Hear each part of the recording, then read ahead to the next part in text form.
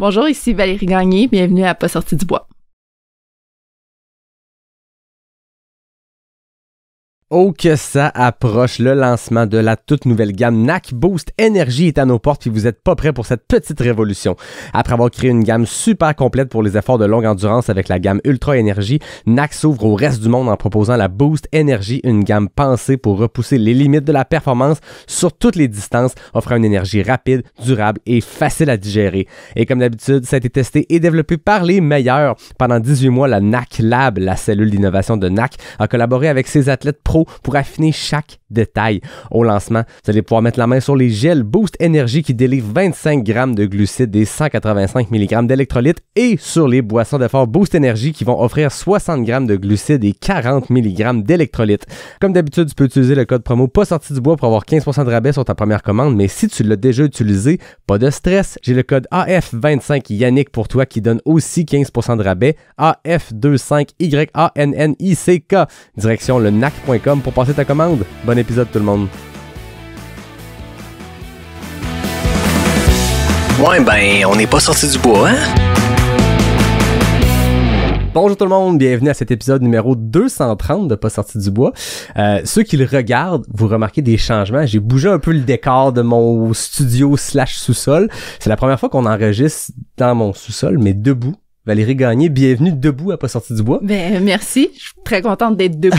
Là, je me dis, c'est un podcast avec des gens qui sont actifs. Exact. Je pense que le bureau assis debout va passer plus de temps debout à l'avenir dans le podcast parce que on a un super setup. J'ai l'impression que, je sais pas pour toi, mais on est comme grandé. Ouais. Moi, mais en même temps, hein, c'est plus dynamique aussi. Ben, c'est ça, exact. Ouais. L'épisode va durer 15 minutes, mais super rapide. C'est ça. Valérie, je te le disais d'entrée de jeu, j'ai su t'étais qui via un ami proche qui est Ray Zahab de Capic 1 qui est venu au podcast plusieurs fois. J'ai oublié t'étais qui et ensuite, quand j'ai découvert ce que t'as fait dans les dernières années, quand j'ai vu les accomplissements que t'as fait en course, mais dans d'autres aventures, j'ai fait « Ok, c'est la fille de Capic 1 que je savais que c'était qui, mais je savais pas c'était qui. » Bref, tout ça pour dire que ça fait longtemps que j'entends parler de toi et ça fait longtemps que Ray me parle de toi pour venir sur le podcast. Après 230 épisodes, il était temps. Bienvenue à Pas sorti du bois. Ben merci. Mieux vaut tard que jamais. Ben c'est ça. De toute façon, 230, là, ça fait beaucoup, mais moi, je compte faire ça très longtemps. Fait que ça va être un des premiers épisodes quand on va regarder ça dans 10 ans. Exactement. Je le disais, t'es une coureuse de trail, t'es une aventurière, t'as fait des expéditions à la course en autonomie, t'as fait des courses avec dossard, t'as fait des épreuves sans dossard, t'as fait des courses par étapes. Je pense qu'il y a 1 million de sujets qu'on pourrait aborder, puis on va essayer de tous les cocher. Puis sinon, ben, ça sera juste une partie 1 d'un futur 2, parce que je sens qu'on a beaucoup de choses à jaser, mais avant de commencer, la première question et la plus importante, Valérie, qu'est-ce que tu bois? Ce soir, c'est la bière Crazy Cat Lager, c'est une Pilsner. Que j'ai pas encore goûté. J'imagine on va se faire un cheers. On va faire ça exactement. Moi, de mon côté, j'ai une Catnip qui est la IPA classique de Noctem, qui est le partenaire du podcast. Valérie, cheers! Santé! On le fait. Oui, on va même l'entendre. Et puis? Délicieux. Ouais? Tu m'avais dit, j'aime bien les blondes, les blanches. J'avais ça sous la main, une bonne Pilsner. Parfait. On est loin de la Pilsner style Labatt 50 que nos pères buvaient dans les années 90. Ça a évolué. La Pilsner est rendue ailleurs, mais voilà. Ben écoute, Valérie, je sais pas par quel bord lancer ça parce qu'il y a 1 million de sujets comme je le disais, mais je pense qu'on va commencer à la base, d'où tu viens, puis comment l'activité physique, le sport, le plein air est entré dans ta vie. Va falloir retourner quand même loin parce que je pense que j'ai commencé à faire du ski de fond dans le traîneau. OK, en arrière. Puis j'ai commencé à faire du ski là, par moi-même sur des petits skis bottines quand j'avais 2-3 ans. Là. Fait que à partir de ce moment-là, j'ai jamais arrêté. Fait qu'une famille de sportifs, de gens de plein air. Absolument. Je dois tout mon background sportif à mes parents. C'est eux autres qui m'ont mis dans la marmite, puis ils m'ont laissé m'en sortir par moi-même puis trouver mon propre moyen pour nager là-dedans. Mais fait que ski de fond probablement la première activité sportive que j'ai commencé. Puis après ça remonte, disons, la course de trail, cross-country au primaire. Ah ouais, OK. Ouais. Dès le primaire, fait que ça remonte à loin, la course. Hein. Ouais, vraiment. Là, je veux pas dire que t'es vieille, ça remonte à loin, mais dans le sens où on entend souvent le background de « Ah, rendu au cégep, je me suis mis à courir. » Là, on est comme dès le primaire. Ouais, puis même avant que je sois éligible à courir le cross-country, ça commençait juste en 4e année du primaire à mon école. Puis moi, en 3e année, j'avais changé d'école, j'arrive là, je vois qu'il y a du cross-country, je dis moi je veux participer. C'était quoi qu'est-ce qui faisait que tu savais ce que c'était? Parce que veux pas le cross-country. Aujourd'hui, je pense que c'est peut-être un peu plus connu, mais mettons, je remonte à mes années de primaire, on n'entendait pas parler de cross-country. Comment t'avais eu la piqûre de ça ou comment t'avais entendu parler? Ben, je pense que j'étais quand même dans une école où le sport était mis de l'avant. Okay. Puis ça m'a toujours intéressée aussi. J'ai tout le temps été attirée par toutes les activités sportives intramurales ou parascolaires. Donc dès que je me suis rendu compte qu'il y avait ça, même si c'était pas pour ma catégorie d'âge, je voulais y participer. Puis, tu sais, au tel point que j'allais voir le directeur, puis j'ai dit, moi, je veux participer. Puis il m'a dit, ben non, tu peux pas, faut que t'attends l'année prochaine. Je me suis battue, j'allais voir mes parents sont allés voir le directeur, ils ont dit, là, on sait pas trop quoi faire avec ça. Tu peux-tu nous aider? Peux-tu, tu sais, juste peux-tu empêcher un enfant qui veut faire du sport de courir? C'est ça. Puis c'était comme un 1,52 km. Il n'y avait pas un risque grand. Puis finalement, ça a été comme établi que... Ben, je me souviens plus exactement, c'est sûr, ça remonte à loin. Si c'était le directeur ou mes parents, ou en tout cas toute l'équipe en tant que telle, là, autour, ont décidé que si je m'entraînais je pouvais le faire. OK. C'était comme dans 2 semaines, là, la compétition. Puis on habitait sur un petit chemin privé en gravelle. Puis ma mère nous reconduisait, moi et mes sœurs, à l'école. Puis tous les matins, dans mon uniforme d'école privée en petite jupe, je sortais de l'auto, puis je courais le 500 mètres de notre chemin privé avant de rembarquer dans l'auto puis de faire conduire jusqu'à l'école. Puis la même chose le soir revenant. 1 kilomètre d'entraînement tous les jours. Puis comment s'est passée cette première compétition-là de cross-country? Ça a super bien été. Puis après ça, tu sais, à partir de 4e année du primaire, là, j'ai pu me qualifier pour les championnats régionaux, etc. Puis de 4e année du primaire jusqu'à l'université, à chaque année, je me suis qualifiée pour les championnats provinciaux. Ah ouais. Tu sais, c'était vraiment comme ma vocation. Ben oui, c'est ça. Une course dans l'année, les championnats de cross-country scolaire, mon nom était là, c'est sûr. Déjà à un jeune âge, t'avais cette détermination-là, parce que veux pas, tu dis c'est une compétition dans l'année, ça veut dire que c'est 364 jours à quasiment penser à la prochaine, puis c'est beaucoup d'efforts pour peu de compétitions, comme c'est le cas de notre sport, que ce soit des compétitions, des voyages, des trips, des expéditions. On s'entend, c'est 95% de préparation pour 5% de jour J. Ouais. T'étais déjà dans ce niveau de motivation-là. C'était pas difficile de sortir du lit, aller faire ton 500 mètres sur le chemin privé. Exact. Non, c'est là que mon introduction à l'entraînement a commencé, dans le fond. Puis après ça, c'est un peu une discipline qui s'est instaurée, puis j'ai jamais lâché. C'est fou quand même, hein, d'avoir cette discipline-là aussitôt. Ouais. C'est impressionnant. Mais là, après, là, faut pas dire que rendu maintenant, à mon âge, j'ai la même discipline. Okay. J'en ai perdu un petit peu, là. Ouais, mais là, il y a de l'expérience derrière, fait qu'on peut s'appuyer là-dessus. C'est ça. Est-ce que dans ces compétitions-là, il y avait aussi un côté compétitif? Est-ce que tu regardais à droite, à gauche, on partait, puis on fightait pour des positions, là? Oui. OK. Oui. Est-ce que t'as encore ça aujourd'hui? En avant, puis c'est jusqu'à la mort. Ah ouais. Je sortais les coudes, puis tassez-vous. Ah, c'est ça. J'étais la plus grande, j'étais la plus pas la plus rapide nécessairement dans un sprint, mais je savais que je pouvais gagner, puis je faisais tout en mon possible pour que ça arrive. Puis mais non, maintenant aujourd'hui, c'est plus ça? Plus du tout. Fait que t'as donné tout ce que t'avais en toi de compétition, tu l'as donné au primaire, au secondaire, puis non, je l'ai donné encore plus longtemps après dans d'autres sports, puis on pourra peut-être y arriver éventuellement, mais jusqu'à me burn out complètement. OK. Ouais, fait que ça a été de cette compétition-là. Ouais. Ben c'est sûr que de le faire pendant autant d'années, je suppose qu'il y a un peu de brûlage de cartouches à travers tout ça, parce que c'est demandant. Puis quand c'est une bonne performance, ça veut dire que tu t'es vidé mentalement aussi pendant à fighter, à compétitionner. Exact. Quand le résultat est pas là, ben on se retape un peu dessus, je suppose, quand il y a ce niveau de compétition-là. Fait que je peux comprendre que à travers les années, ça finit par être lourd. Puis est-ce qu'il y a un moment où tu as senti cette espèce de poids-là se lever de tes épaules, ou ce côté compétitif-là partir puis revenir?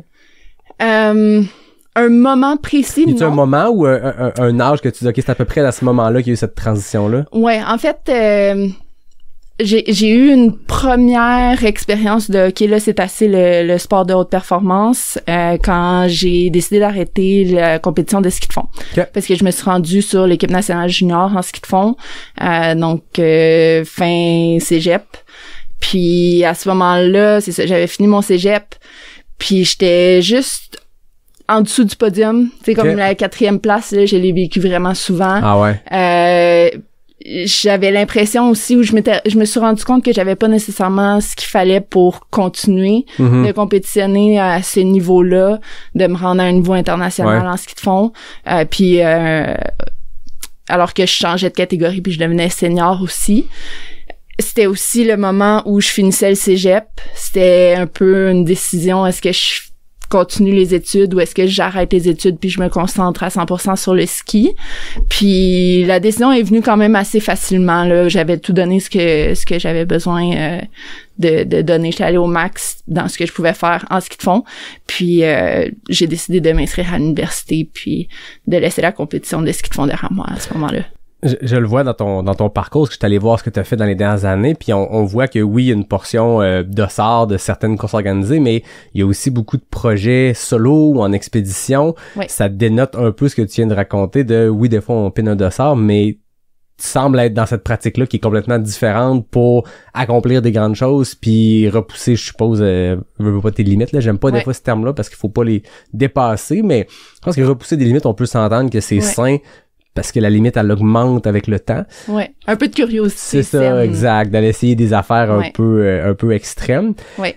Je sais pas si on saute beaucoup d'étapes dans ta vie, mais j'ai vu que... mais c'est pas grave. Mais je vais t'amener en 2014 parce que je voyais que t'as pris part à une expédition avec Impossible to Possible. Puis ceux qui se rappellent du premier passage de Ray Zahab au podcast, le premier épisode en franglish du podcast, Ray a K-Pick One, K-Pick 1 expédition, qui organise des expéditions, puis on prend en parler, t'es guide avec eux. Mais Ray, tous ses projets aussi permettent aussi de financer sa fondation qui est Impossible to Possible, où il amène des jeunes dans des expéditions. Puis je voyais qu'en 2014, tu y as participé. C'était-tu ta première fois avec Ray, avec le type d'expédition qu'il organise? Oui, absolument. C'est vraiment la première fois où je faisais une course multijour. Ouais. C'était définitivement les plus longues distances que j'avais jamais courues de toute ma vie. Puis c'est venu à un moment vraiment clé dans mon parcours d'athlète parce que après avoir fini ma carrière de ski de fond, je rentrais à l'université puis rapidement je me suis fait recruter sur l'équipe nationale en aviron. OK. Vraiment un peu de sortie de nulle part. Ben oui. C'était vraiment le fun parce que en ski de fond, je me battais tout le temps contre ma shape, mon poids. Fallait tout le temps que je perde de la masse musculaire pour être plus légère, pour monter les côtes plus facilement. Puis là, finalement, tu sais, je regarde l'aviron puis je me dis, mon Dieu, tu sais, ils sont assis de un. Ils sont sur le plat, c'est sur l'eau. J'arrive plus à monter des côtes.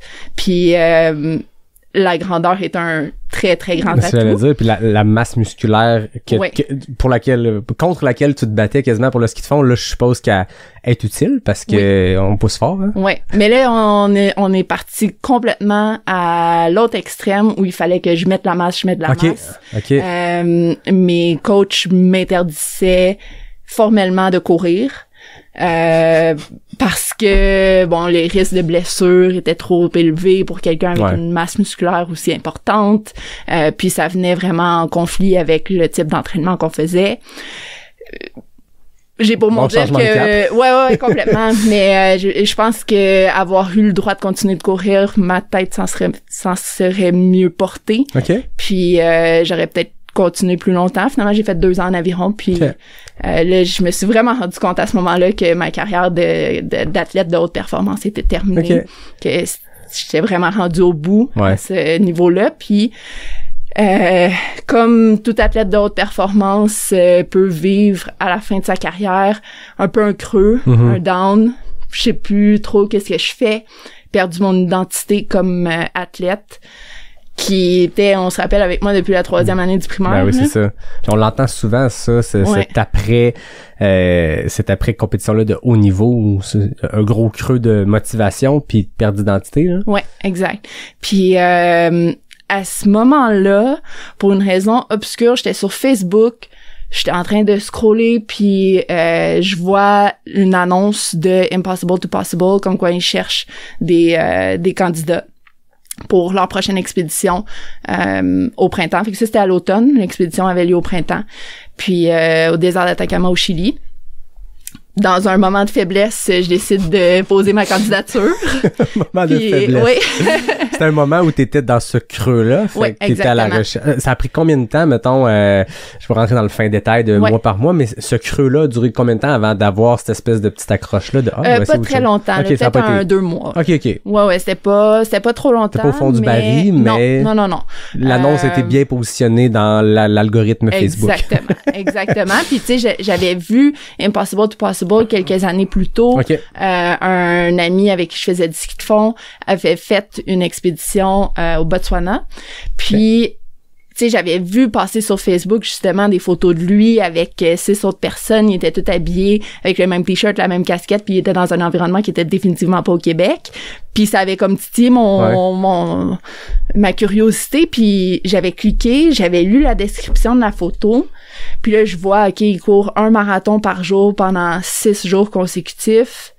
Je le connais, je sais que c'est son genre de truc. Je suis comme good for him.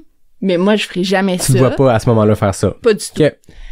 Puis après ça, tu sais, 2 ans plus tard, je revois la même annonce pour 1 marathon par jour pendant 6 jours consécutifs dans le désert. Puis à ce moment-là, je dis, oui, c'est bon, je suis prête à le faire. Ça prend un petit 2 ans dans le fond de la tête que ça travaillait. Ouais. Puis un 2 ans à avoir pas couru. Oui, c'est ça, exact.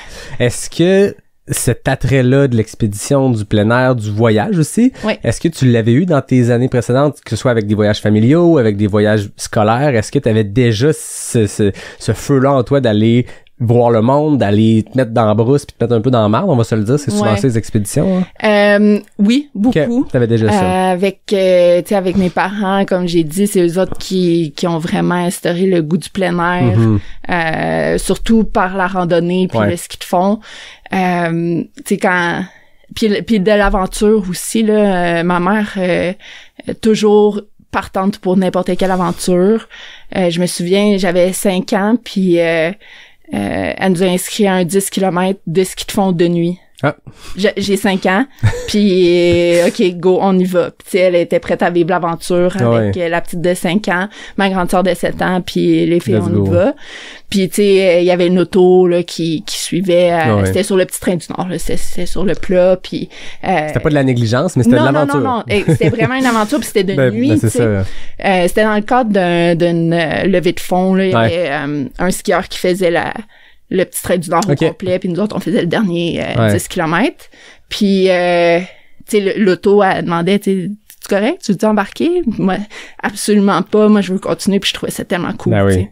Fait que, tu sais, ça part de loin, ce goût-là d'aventure. Puis après ça, ben, on a fait en famille le Tour du Mont-Blanc, en randonnée, de refuge en refuge. Fait que, tu sais, toutes ces expéditions-là, entre guillemets, ça revient de loin. C'est ça. C'est la pomme tombe pas loin de l'arbre, mais dans le sens que la graine était plantée depuis longtemps. Puis on le voit, je pense comme parent, tu donnes tout ce que tu peux à tes enfants, ben aussi ils ramassent ce qu'ils veulent là-dedans.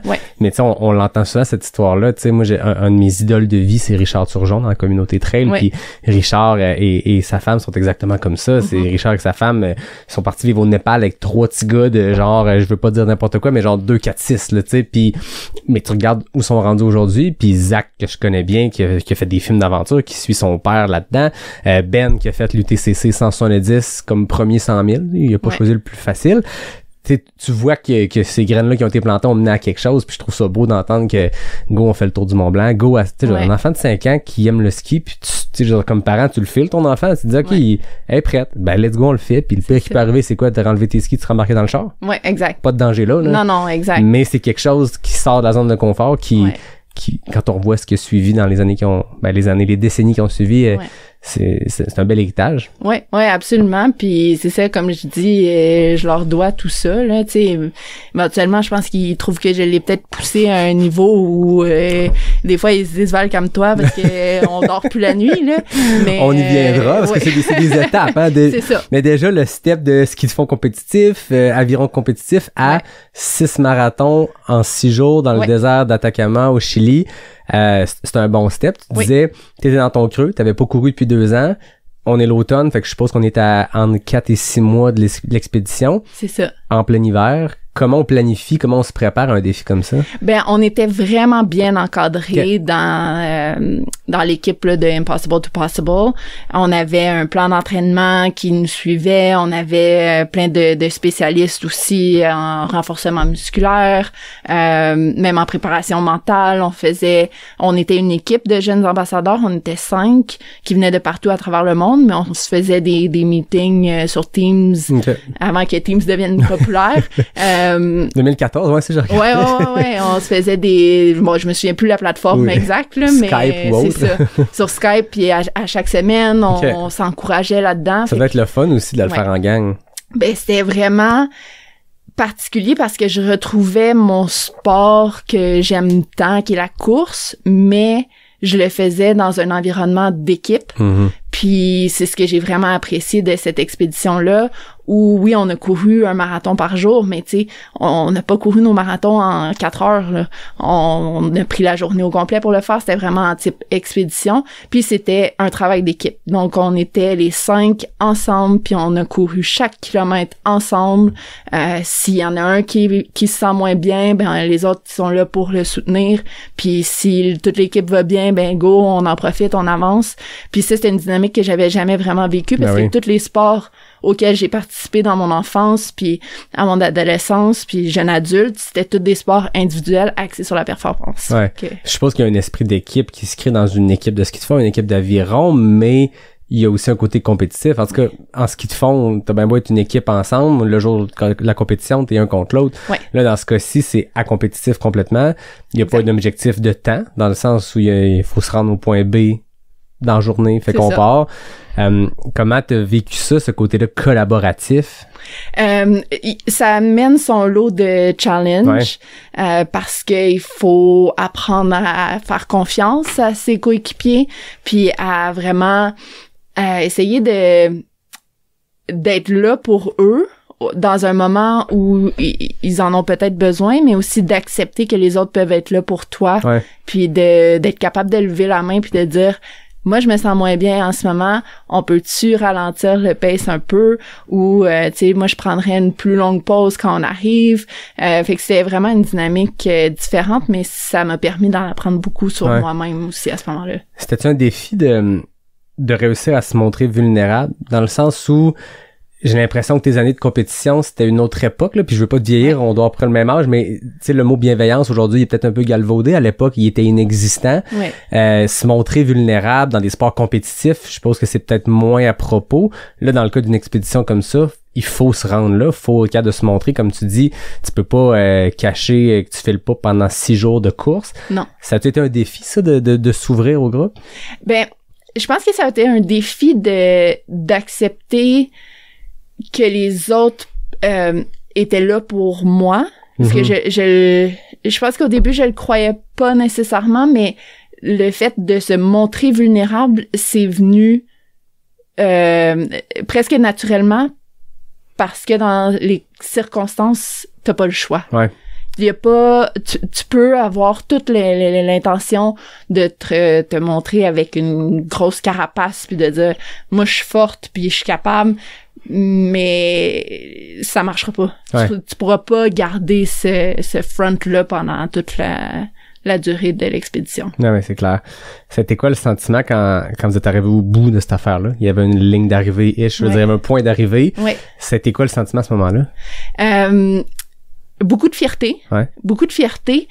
Puis, je pense aussi en même temps, ça a été un peu ma porte d'entrée sur c'est quoi les possibilités qu'il peut y avoir après ça. Il y a comme tout un monde qui s'est révélé par la suite, alors que moi je savais pas que ça existait des ultramarathons avant là, avant ce moment-là, mais après ça tu viens d'en faire plusieurs, puis tu viens de passer une semaine avec Raise Ahab. Fait que les histoires ils se sont enchaînées, puis tu te rends compte que finalement le petit cross-country à l'école, c'était pas grand-chose. C'est sûr que là, tu côtoies aussi une légende, puis encore là, le mot, tantôt je disais bienveillance, c'est galvaudé. Légende, des fois, est un peu galvaudé. Tout est légendaire. Ray, c'est une vraie légende. Oui, il y a des ultramarathons il y a 25 ans, à une époque où on parlait pas de ça, puis il a fait des grandes choses. Il a fait des choses comme aventurier avec des expéditions. Il a fait des affaires qui ont aucun sens. De le côtoyer pendant une semaine aussi, il doit avoir ça qui... C'est plus juste ce que t'es en train de vivre qui sème des graines. T'as aussi le d'autre qui te raconte des histoires, puis Ray, c'est un excellent raconteur. On va lui donner. Fait puis, je veux dire, le champ des possibles, il doit être quelque chose à ce moment-là. Oui, vraiment. Puis même pendant la semaine ou même avant, je savais un peu c'était qui, mais j'avais pas vraiment fait de recherche exhaustive sur le personnage, tu sais. Puis finalement, avec les histoires, on s'est rendu compte, OK, c'est quelqu'un. Puis finalement, à la fin, je me souviens, on revient dans notre chambre d'hôtel, puis il nous présente son film sur Running the Sahara. Puis là, on fait OK, mais c'est incroyable. Mais dans le fond, nous, on vient de faire une mini-version de ça. Puis c'est comme si à ce moment-là, je me suis rendu compte que n'importe quoi est possible. Ouais, c'est ça. Une fois que t'as fait ça, il va y avoir des défis plus grands et tout, mais t'as une base immense sur laquelle bâtir. Hein. Ouais. Puis après ça, les limites qu'on croit ou qu'on s'impose, quand tu viens de vivre une expérience comme ça, tu te rends compte que finalement, il y en a plus beaucoup. Non, c'est ça. Ouais. Ça a été quoi l'après? C'était quoi, une fois retour à la maison, là, t'as le champ des possibles qui est grand, mais il faut choisir quelque chose dans tout ça. Ça a été quoi la prochaine étape? Le retour dans le monde de la compétition. Ouais. Ah oui? OK. Ouais. Parce que c'est ce que je connais depuis toujours. Donc, je me rends compte qu'il y a des ultramarathons, que c'est tout un monde, qu'il y en a qui sont disponibles ici au Québec. Puis là, je me rue vers les distances, d'augmenter les distances, puis de faire des compétitions organisées. Puis là, après ça, je me rends compte que, finalement, peut-être que, tu sais, les courtes distances me vont plus très bien parce que, bon, c'est plus ce que c'était quand j'étais plus jeune, là. Mais les longues distances, peut-être que je pourrais voir jusqu'où je peux aller, puis est-ce que je pourrais être compétitive là-dedans, puis finalement je vais me chercher un commanditaire rapidement, puis je retombe dans ce monde-là de performance, sans être dans les tops, là, parce que rapidement je me suis rendu compte que laisse faire la performance entre elles, ça ne fera pas, mais comme tu dis, c'est la seule chose que tu avais connue, ta pratique du sport venait par ce côté compétitif-là. Fait que là, tu découvres un sport, tu découvres un champ des possibles, fait qu'on retombe dans le même pattern. Ouais, le même mindset. OK. Pendant à peu près 2 ans. OK. Fait que je reviens de cette expédition-là. Après ça, je fais une couple de courses à l'automne. Puis après ça, je repars l'année d'après. Je fais quelques compétitions au printemps. Je me casse le coude. OK. Entre elles. Mauvaise chute. Ouais, mauvaise chute. Puis finalement, après ça, je fais 3 longues courses d'affilée à l'automne. Je fais un 100 km dans le parc de la Gatineau, qui était une course pour lever des fonds pour Impossible to Possible. Après ça, je fais le 65 de Arcana, puis suivi du 55 de Bromont. Tout en dedans de comme 2 mois. Ouais, c'est ça. Puis après ça, j'ai détesté chacune de ces expériences-là parce que, j'étais pas assez entraînée, vu ma blessure. Puis après ça, j'ai essayé de trop compacter ces distances-là. Puis finalement, je me laisse l'hiver, puis à ce moment-là, je me dis, OK, essayons quelque chose de différent. C'est peut-être que les compétitions uniques là, de 55, 65, ça, c'est pas vraiment ce que je veux faire. Puis je m'inscris au Mona to Mona, qui est une course qui a eu lieu seulement une édition. Okay. C'était à Hawaï. Mm-hmm. C'était une course par étapes. Puis à ce moment-là, tu sais, ça a super bien été cette course-là. C'était vraiment le fun. C'était dans un endroit paradisiaque. Ben oui. C'était comment que c'était découpé? Je voyais que c'était 6 jours cette course-là, mais c'était quoi les distances? Ça variait entre la plus courte distance de la dernière journée, c'était un 10 km. Okay. Puis la plus longue, c'était un 80. OK, puis, un 80 à travers ça. Ouais. Puis c'était en autonomie. Tout ce que l'organisation fournissait, c'était la tente le soir, puis l'eau chaude. Donc, fait que tu pars le jour 1 avec ce que tu as besoin en bouffe pour 6 jours. Fait un peu style marathon des sables. Là. Exact. C'est même concept que le marathon des sables. C'est la course sœur de Grand to Grand. Ah ouais, OK. Oui. Par la même organisation. Même organisation. Okay. Mais eux, ils l'ont fait une fois à Hawaï, puis là, ils se concentrent sur Grand to Grand. C'était trop compliqué avec les droits d'accès. Ouais. On le sait, des courses par étapes, c'est un niveau de complexité x10. Surtout quand, dans ce cas-ci, je pense que c'est linéaire, donc ton camp bouge. C'est ça. Comme le marathon des sables, comme la tranche Charlevoix qui Arikan a fait quelques éditions, puis qui posait des enjeux de logistique, là. OK. C'était quoi comme expérience? Parce que quand j'ai vu ça, je connaissais pas le nom. J'étais allé voir c'était quoi la course. Puis comme tu dis, ça a eu lieu 1 ou 2 fois, mais ça avait l'air complètement magnifique, là. Ouais, absolument magnifique. Ce à quoi j'étais pas prête, c'était la première édition, donc il y avait pas beaucoup d'informations. La première moitié de la semaine, c'était du côté très humide de l'île. Puis après ça, on traversait du côté sec. Puis c'était aussi beaucoup en altitude. On montait les 2 volcans, Mauna Lea puis Mauna Kea. Puis j'étais pas du tout prête à l'altitude. Ouais, c'est ça. Fait que je suis allée vraiment un peu bon, ça sonne comme si j'étais pas du tout prête pour cette course-là, mais je vous dis, j'avais quand même fait un bon entraînement. J'étais juste pas prête aux éléments. Pris de court par l'altitude quand on l'a pas vécu, on sait pas, parce que c'est un peu une loterie, ça aussi. Il y a des gens qui s'acclimatent de même, puis il y a des gens qui c'est très difficile, puis il y a aucune prédisposition qui peut expliquer comment tu vas réagir. Il y a des gens extrêmement en forme qui sont maganés par l'altitude, puis il y a des gens qui sont pas en forme qui le tolèrent très bien. Là. Ouais. Puis je me souviens la section de course où on était le plus exposé à l'altitude, c'est le 80 km. Puis sur le 80, je pense qu'il y a 40 km que j'ai passé à vomir. Ah ouais? Ouais. Fait que c'est... Un beau mal d'altitude. Voilà, c'est vraiment le fun. On met ça dans le bagage, puis ça va servir plus tard, mais ça doit être pénible. Puis aussi, c'était vraiment, je pense, ma vraie première introduction à vivre de l'adversité. Dans le sens où on avait notre équipement, il fallait qu'on gère notre nourriture, puis notre équipement, puis il y avait une liste de matériel obligatoire, mais la partie humide qui m'a un peu surpris, c'est quand ils disent humide, c'est pas parce que c'est juste humide, là, c'est qu'il pleut. Ouais, c'est ça, OK. Tous les jours, toute la journée. C'était le forêt tropicale. C'est ça. OK. Puis la première nuit qu'on est dans la tente, mon côté de la tente, c'est une tente, on était 8 dedans, là. Mon côté de la tente était un peu en pente, puis je me ramasse, je me réveille le matin, puis je suis comme, oh mon Dieu, c'est un peu frais. Pourquoi mes pieds sont un peu mouillés? J'ai dû avoir chaud pendant la nuit, puis finalement, je me réveille, puis je me rends compte que je suis dans une flaque d'eau. Puis mon bas de sac de couchage est mouillé jusqu'à à peu près mi-cuisse. Il séchera pas dans la journée. Là. Il séchera pas. Là. Puis là, moi, je capote un peu.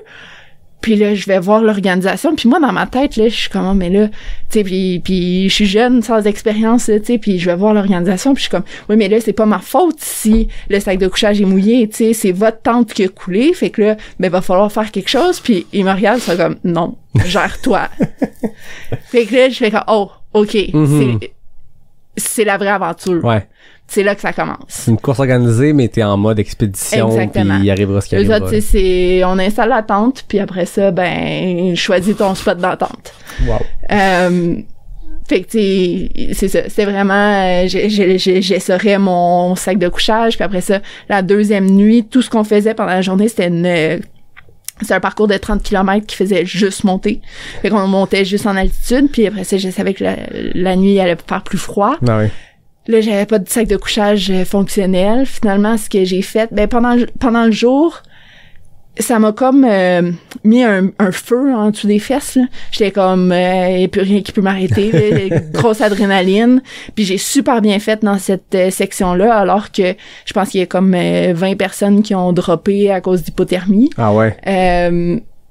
C'était comme un chemin de 4 roues, puis on avait de l'eau, moi j'avais de l'eau jusqu'aux hanches. Là. My God. Fait que, tu sais, je mesure 6 pieds 1.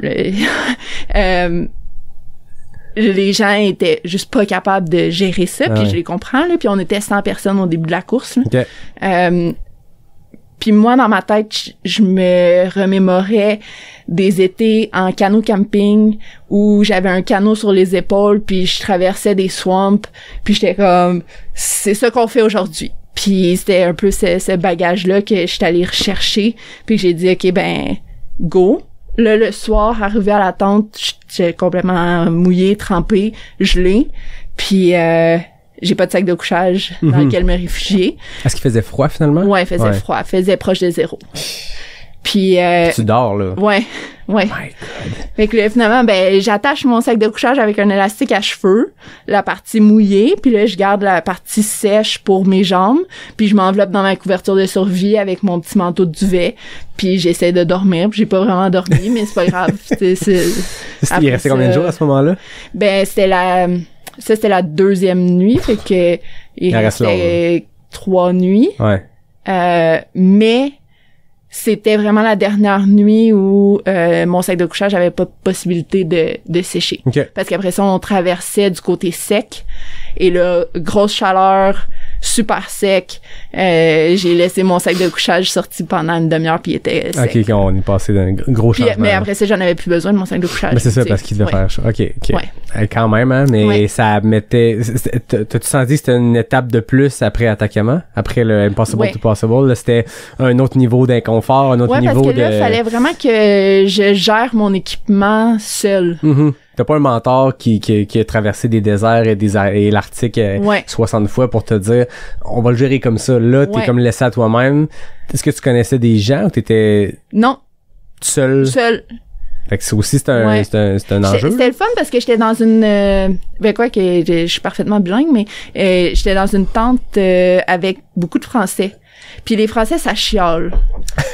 Puis j'adore les Français, là, mais oui. De manière générale, plus que ce que nous, comme Québécois, on est habitués. Mais je pense que c'est une qualité, un défaut. Absolument. On va leur donner, quand il y a quelque chose qu'ils ne fait pas, ils le disent. Oui. Des fois, les Québécois, je pense que c'est notre passé judéo-chrétien d'accumuler, là. Je vais pas faire de grande sociologie ici, mais il y a ça quand même. On accumule, on absorbe, puis on ferme notre gueule. Oui. Alors qu'eux autres, ils le disent quand ça va pas. Mais là, ça me faisait tellement du bien d'être avec eux parce que justement, ils extériorisaient tout ce que moi je vivais, puis ils se fâchaient pour moi, puis tu sais, j'étais comme, oh, mais là, mon Dieu, c'est donc le fun, tu sais. C'est parfait. Fait que t'avais besoin de ça à ce moment-là. Ouais, exactement. Fait qu'ils m'ont beaucoup aidé à passer à travers ces épreuves-là un peu plus difficiles. Puis tu sais, encore, même si c'est un sport individuel, puis c'est nos temps individuels qui comptent, pendant le jour, chacun fait sa course, mais le soir, on revient dans la tente avec les mêmes personnes, puis on se retrouve un peu là-dedans, puis on se raconte nos journées, puis Fait que t'as traversé cette ligne d'arrivée-là, t'as complété cette course par étape-là. Oui. Ça a-tu eu le même effet que le désert d'Atacama avec Impossible to Possible, le champ des possibles? Je veux dire, là, t'as passé à travers beaucoup d'adversités, on en ressort, on se rend au bout. Je suppose que le champ des possibles, il est encore plus grand, puis là, tu te dis, bon, c'est quoi la prochaine affaire? Ouais, j'avais quand même... Je me souviens pas avoir eu cette même réflexion-là. J'étais encore dans le, OK, bon, ben, il y a une prochaine course qui s'en vient, etc. Comme j'ai dit, j'étais avec un commanditaire à ce moment-là, puis c'était un commanditaire qui était nouveau dans le monde de la trail, nouveau dans le monde des ultramarathons aussi, puis le contrat que j'avais signé me demandait 5 courses par année. Oh, quand même. Puis, bon, pendant l'hiver, j'avais fait un 6 mois à Coudjouac pour aller travailler là-bas. Pendant l'été, je faisais 2 mois à travailler dans l'Ouest comme guide d'aventure. Fait que, tu sais, mes possibilités de rentrer 5 courses étaient quand même limitées. Puis je leur demandais, ben, je peux-tu faire juste comme le 10 km de la course de quartier? Puis ils étaient comme, ben non, tu sais, t'es notre représentante pour les ultramarathons. Fait qu'on aimerait vraiment ça que ce soit des longues distances. Fait que là, j'étais comme, OK, mais là, je viens de faire en soi presque 5 ultra, tu sais. Là, mais non, ça comptait juste rempli en une semaine, là. Ouais, tu sais, comme là, ça comptait juste pour une course. Il voulait 5 événements. Ouais. Puis là, j'ai brisé mon contrat après la course. J'ai dit, là, moi, je peux plus. Ouais. Je suis vraiment désolée, là, comme je peux vous redonner vos souliers, là, j'en ai pas de besoin de vos souliers, tu sais, pas au détriment de ma santé. Ben non, c'est ça. Fait que après ça, j'ai dit, OK, là, il y a peut-être quelque chose à faire pour les sensibiliser et tout, mais ouais, à ce moment-là, après ça, je suis juste... La vie a continué, puis je me suis vraiment retirée de toute la compétition. Okay. Tout le ça monde a été là que ça a commencé à fader out, puis qu'on est venu dans le mode qui est aujourd'hui, qui est... Ouais. On explore, mais on n'est pas en mode compétitif. Exact. OK. Puis ça fait du bien, là, dans ce mode-là? Oui. Ouais? Oui. Parce que je pense que il y a beaucoup de pression qu'on peut se mettre avec des courses, puis trop facilement, je retombais dans l'ancien mode de compétition, performance, anxiété de performance, puis c'est pas un monde qui m'intéresse maintenant. Avant qu'on entre dans ton année 2024, parce qu'il y a 2 gros jalons qui ont été nominés à la Racine d'Or, puis c'est comme ça qui était le point de départ de notre discussion pour t'inviter ici. C'est 2 aventures que j'ai vraiment envie qu'on discute. Je voyais que 10 ans après avoir fait Impossible to Possible au désert de l'Atacama, t'es retourné comme guide, si je me trompe pas, avec Capic 1. Ouais. Ça a été quoi de retourner là où un peu tout a commencé, du moins ce côté très endurance, course, multijour, avec le bagage d'expérience qui avait grossi à travers les années. C'était comment de se retrouver là? Ouais, puis c'était 10 ans presque jour pour jour. Ah ouais, à ce point-là. C'était vraiment spécial. Puis c'était une belle occasion de un peu prendre le temps de regarder, OK, c'est quoi mon parcours? Puis qu'est-ce que je veux faire maintenant? Puis de guider, c'est un peu la façon que je peux redonner, que je peux initier des gens au monde de la course, mais sans le faire dans un monde de compétition, parce qu'il y a pas juste ça. Puis de partager ce goût-là pour l'aventure, vraiment. Ouais. T'avais vécu quelque chose 10 ans plus tôt à recevoir peut-être cette inspiration-là, cette expérience-là. Là. T'en as fait d'autres, là, parce que je pense que 10 ans plus tard, il y a ce côté-là marquant d'une décennie plus tard, mais de changer un peu le rôle puis d'y retourner puis de passer ça devait être trippant quand même. Ouais, c'est vraiment. Est-ce que Ray était là aussi 10 ans plus tard? Oui. Ouais, même expédition, là, même guide. C'était surtout spécial, je pense, de voir à quel point en 2014, c'était mon mentor et mon idole. Puis comment c'est un peu devenu un bon ami, un frère, encore un mentor, mais aussi un collègue, puis quelqu'un qui m'a donné assez de confiance en moi-même pour être capable de dire, ben je suis capable de me tenir à côté de lui, puis de l'aider un groupe au même titre que lui, puis comme collègues ensemble. Ouais. Mais Ray a cette capacité-là, je pense, on l'a vu accompagner des athlètes, puis pour les nommer, je pense que c'est connu publiquement, mais des Elliot Cardin, des Anne Champagne, des gens qui ont un potentiel immense, qui ont vécu peut-être des coups durs. Tu sais, je veux dire, la vie est un relief comme une topographie de course, puis il y a des hauts et des bas, puis je pense que c'est des athlètes qui ont eu des gros hauts et des gros bas, puis on les a vus, ces athlètes-là, côtoyer Ray à des moments charnières, je pense, puis Ray, je pense qu'il a un chapeau de coach dans le sens premier du terme, c'est-à-dire programme d'entraînement, préparation. Il y a un côté coaching mental. Tu sais, Ray a jamais été mon coach, mais Ray, on s'appelle souvent, puis tu sais, je veux dire, tu ressors d'une demi-heure de jasette avec lui, puis t'as l'impression d'avoir eu un cours en accéléré sur quelque chose. Ouais. Quelqu'un qui partage beaucoup. C'est peut-être difficile comme question, là, avant qu'on prenne la pause, mais c'est quoi c'est quoi l'impact le plus fort que Ray a eu sur toi? C'est quoi l'apprentissage, la chose qui t'a transmis qui est le plus fort, qui fait que t'es toi aujourd'hui? C'est de me donner la capacité d'avoir confiance en moi. OK. Ouais. C'est vraiment lui qui m'a transmis ça. Même si j'ai eu dans le passé des beaux résultats compétitifs, j'ai fait des expéditions, c'était le fun, tout ça, mais tout le temps un peu avec pas un syndrome d'imposteur, mais quelque chose qui s'apparente à ça, là. Tout le temps avec un peu un manque de confiance en moi. Tout le temps pas sûr, je doute beaucoup, puis Ray était la personne qui m'a dit t'as pas de raison de douter, là. T'es capable, puis tu peux te rendre super loin dans n'importe quel domaine que tu veux. Fait que, ouais. Est-ce qu'il t'a accompagné d'une quelconque façon dans tes projets solo des dernières années? Oui, ben du côté mental. Ouais. Je suis pas de plan d'entraînement pour 1 million de raisons. Après des années d'en avoir suivi, je suppose, d'une manière très rigoureuse. Oui, depuis la 3e année du primaire. C'est ça. Mais puis de chemin de 500 mètres le matin. Non, c'est ça.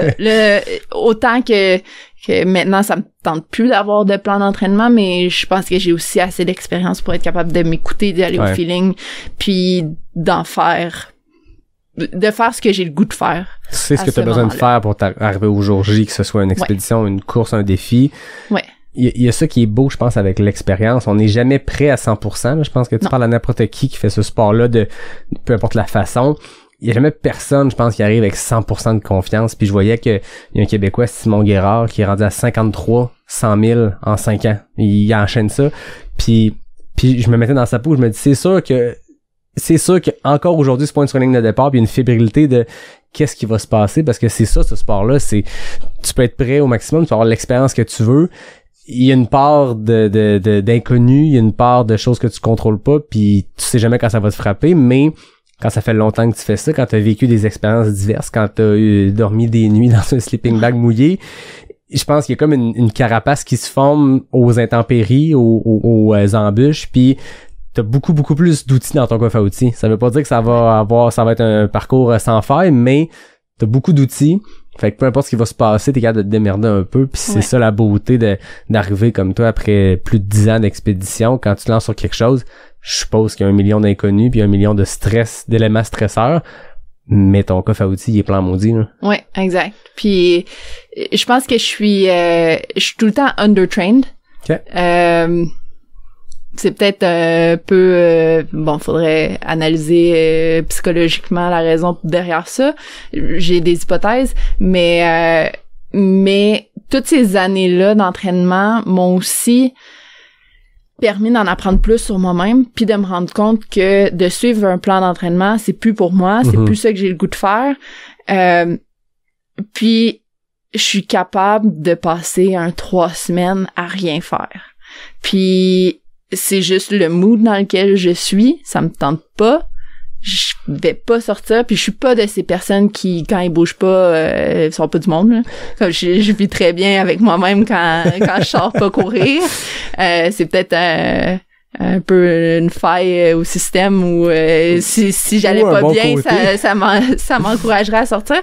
Mais je me suis rendu compte au cours des années que j'ai comme des cycles, puis des phases, puis pendant longtemps, là, je m'acharnais ou plus je me tapais sur la tête en me disant comme t'es donc ben poche, pourquoi tu sors pas, pourquoi t'as pas le goût de sortir, puis tu t'iras pas nulle part, puis tu vas arrêter, puis tu feras plus rien de ta vie, puis tu sais, j'étais très bonne pour me dire des choses méchantes jusqu'à un point où je me suis rendu compte, mais c'est juste des phases, puis je sais qu'à un moment donné, je vais remettre mes souliers, je vais ressortir dehors, je vais repartir à courir, puis j'arrêterai pas pendant 1 an. Tu sais, ou comme, tu sais, j'arrêterai pas pendant 3 semaines, puis après ça, je vais refaire un autre 4 jours, je ferai rien, puis après ça, je vais refaire un entraînement qui fait plus du sens avec une genre de structure que je me suis donnée dans ma tête, où je vais faire 6 entraînements par semaine, puis je vais me garder une journée off, puis je vais faire ça pendant 2 mois, puis après ça, je vais repartir. Puis c'est vraiment comme des cycles, puis j'ai appris à dire c'est correct, puis à l'accepter, puis à savoir que ma passion pour le sport, elle est encore là, puis elle va toujours être là, puis à me laisser cette chance-là de juste m'écouter. Ouais, mais je pense que c'est aussi ça l'expérience de savoir que quand t'es dans ce creux de vague-là, ben ça va revenir. Ouais. Fait qu'au lieu de culpabiliser puis d'essayer de le forcer, là, ce retour-là, là, tu le sais qu'avec le temps, t'as ces phases-là, puis ça revient naturellement, puis quand ça revient, ça repart. Ouais. Fait que pourquoi se sentir mal puis forcer les choses quand c'est naturel, c'est comme ça que t'es, fait que why not, tu sais. Ouais. Faut apprendre ça a pris beaucoup d'années avant d'arriver à le savoir, puis à l'accepter. Mais là, je suis comme dans cette mentalité-là, je pense. Ouais, mais je pense que c'est une bonne chose pour les gens qui écoutent aussi de se dire c'est jamais linéaire, c'est jamais parfait de motivation à 95% en tout temps. Il y a des phases que t'es comme t'as le goût de t'inscrire à tout, puis t'as le goût de, tu t'en manges, puis il y a des phases, il y a des creux, mais c'est correct, puis c'est naturel. Je pense que le contraire serait weird de dire tu peux pas être un long fleuve tranquille avec la motivation toujours au même niveau. C'est la vie, les fluctuations, puis il y a des éléments externes, fait que c'est normal. Mais des fois, avec les réseaux sociaux puis les Strava de ce monde, on regarde les gens puis on se dit, mon Dieu, eux autres, ils sont capables de tenir un entraînement hyper structuré puis il y a pas de problème puis ça va bien puis j'aimerais tellement être comme eux puis pourquoi moi je suis pas de même? Puis finalement, de se rendre compte qu'il y en a de toutes les sortes puis faut juste apprendre la formule qui fonctionne le mieux pour soi. Là. Ben oui, exact. Puis c'est les médias sociaux, il y a du positif à ça. Ouais. Il y a du négatif, il y a des gens qui vont donner une impression que ils ont toujours la motivation dans le piton, mais il y a ces creux-là, puis après ça, chacun fait ce qu'il veut, mais faut apprendre aussi à avoir une carapace vis-à-vis ce qu'on côtoie, ce qu'on consomme comme contenu, là. Ouais, exact. Mais on est dans ce monde-là en ce moment, puis ça a son positif, puis ça a son lot négatif, là.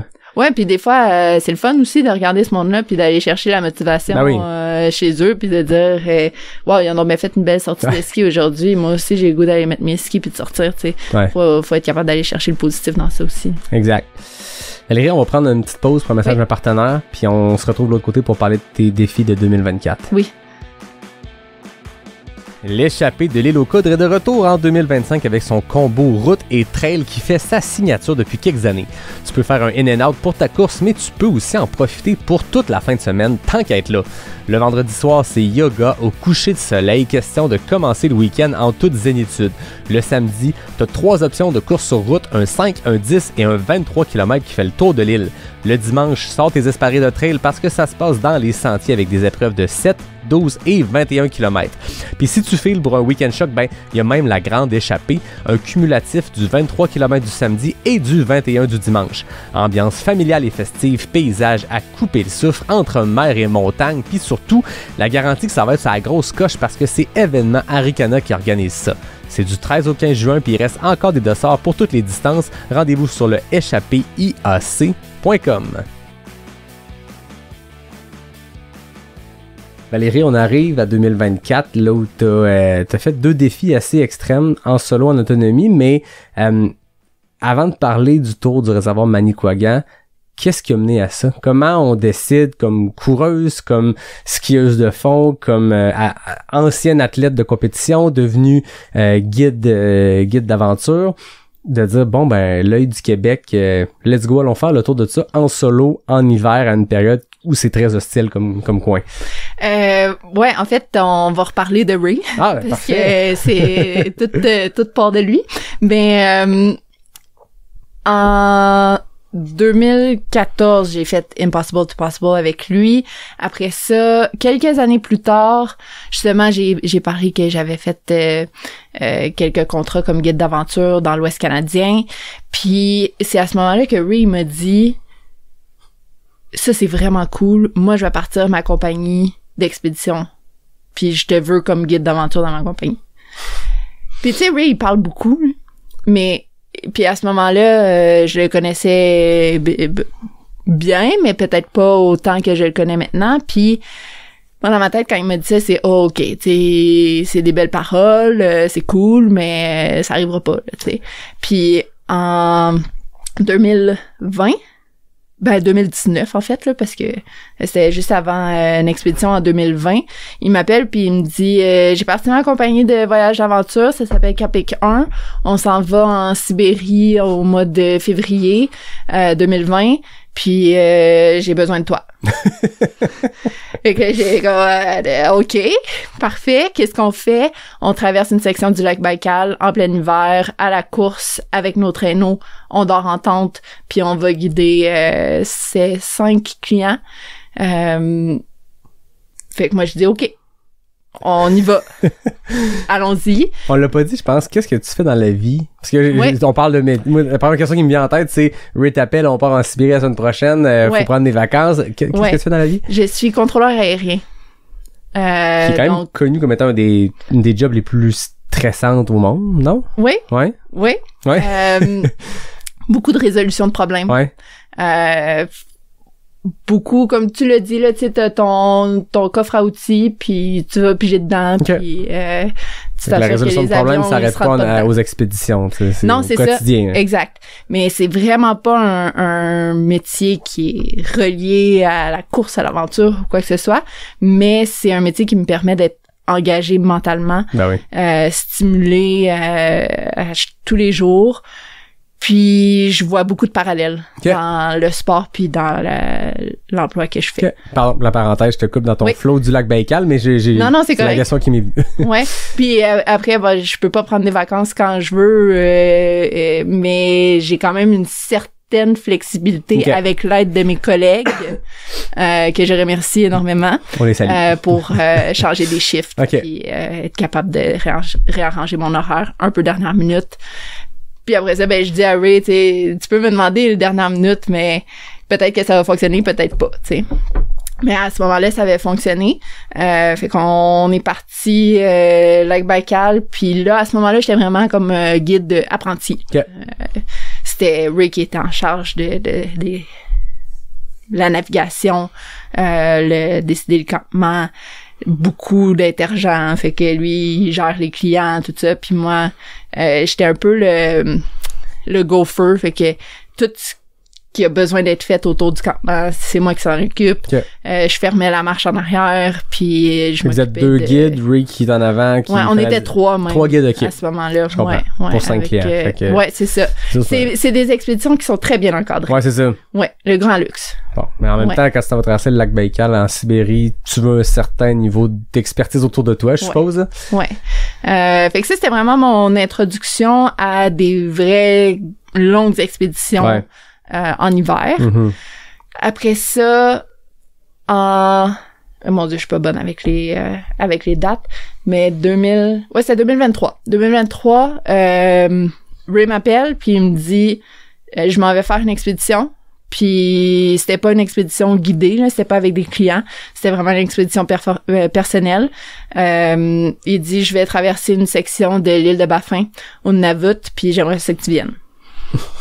OK, Ray. Let's go. Moi, je suis toujours partante. Ah oui. Quand Ray sonne, moi je réponds. Puis là, c'était une autre coche de plus. Ah ouais. Là, je me suis sentie proche de la mort plusieurs fois. Tout le temps, tu te rends compte que si tu te laisses aller, ce sera pas long. Ah ouais? Ouais. Dans un environnement avec des ours polaires. Tu sais, toute la journée, à un moment donné, on skiait puis on suivait les traces d'un ours polaire. Tu sais, parce qu'on se disait, lui, il sait c'est où le chemin, le plus direct, le plus facile pour traverser la vallée, puis il est bon pour discerner la meilleure neige, la plus compacte. C'est le moindre effort. L'ours polaire va le suivre, fait que nous, on va le suivre. Tu suis les traces du prédateur que tu veux pas croiser. Ouais, c'est ça. Mais on se dit, regarde, il est assez à l'avance, là, on le verra pas. Finalement, on n'en a pas vu. Ah ouais, pas du tout? Non, pas du tout. Wow, parce que je pense que c'est comme un coin ou un secteur où ça arrive. Oui, absolument. Tu portes un arme quand tu fais ce genre d'expédition-là, j'espère, ouais. Puis autant qu'il y a une partie de moi qui aimerait ça voir un ours polaire une fois dans ma vie, mais autant non. Je suis correct. Si j'en vois pas. Ils sont beaux dans les documentaires. Exactement. Exactement. Ça, je pense qu'une de mes plus grandes peurs dans la vie, là, c'est les ours polaires. Ouais. Et puis c'est fou de penser que, tu sais, je pense à ça comme une de mes grandes peurs, hein, mais quand t'es allé jouer dans leur territoire. Ouais, c'est ça. C'est quoi je sais pas si t'as la réponse, mais la densité, c'est quoi les chances d'en voir? Parce que c'est Caroline Côté qui était allée faire une expédition dans le Salzbar, probablement que je Svalbard, Svalbard, c'est ça. Qui est une terre connue pour la quantité d'ours polaires par kilomètre carré. Dans ce cas-ci, l'Arctique canadien, de Baffin, les chances sont-elles élevées? Ouais, ils sont quand même élevés. OK. Ouais. Vous avez quand même été chanceux de pas en voir. Ouais, quand on arrive au village le premier soir, tu sais, on s'en va directement à l'hôtel. Le lendemain matin, on rencontre du monde du village, tout ça, puis ils sont comme, tu sais, by the way, tu vois l'iceberg qui est là, parce qu'il est comme pogné dans la glace, mais c'est quand même une belle forme vraiment impressionnante que on voulait tout prendre en photo, puis tu sais, si jamais ça vous tentait d'aller skier à l'iceberg, faites-le pas parce que c'est sûr qu'il y a un ours polaire en arrière. Il se promène tout le temps là, il est tout le temps dans ce coin-là. Puis, tu sais, c'est comme une réalité avec laquelle eux, ils dealent constamment. Fait que la densité de population par kilomètre carré, je connais pas la réponse. Il y a des chances d'en voir. Mais oui. OK. Ouais. Je comprends. Fait que c'est ça. Fait cette expédition-là avec Ray, puis avec un autre ami, Kevin. Puis je me suis un peu rendu compte que j'avais des lacunes au niveau de mes capacités à faire des choses ou à contribuer à l'équipe dans cet environnement-là. Que ce soit, tu sais, je pense que ma plus grande lacune, c'est probablement au niveau du réchaud. De gérer un réchaud de camping au propane, ça va, là.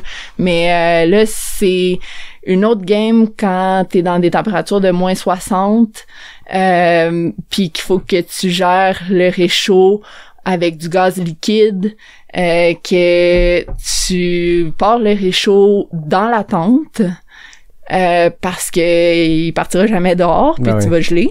Fait que tu sais, tout ce qu'on dit de pas faire là, dans le sud du Québec, là, ça prend le bord, puis là-bas, c'est la seule manière.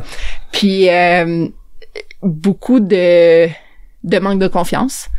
Donc quand je suis revenue de cette expédition-là, j'ai dit, OK, avant de repartir sur n'importe quel autre projet, il faut absolument que je prenne confiance dans toutes les sphères, tous les niveaux, les catégories qui sont nécessaires à une expédition l'hiver.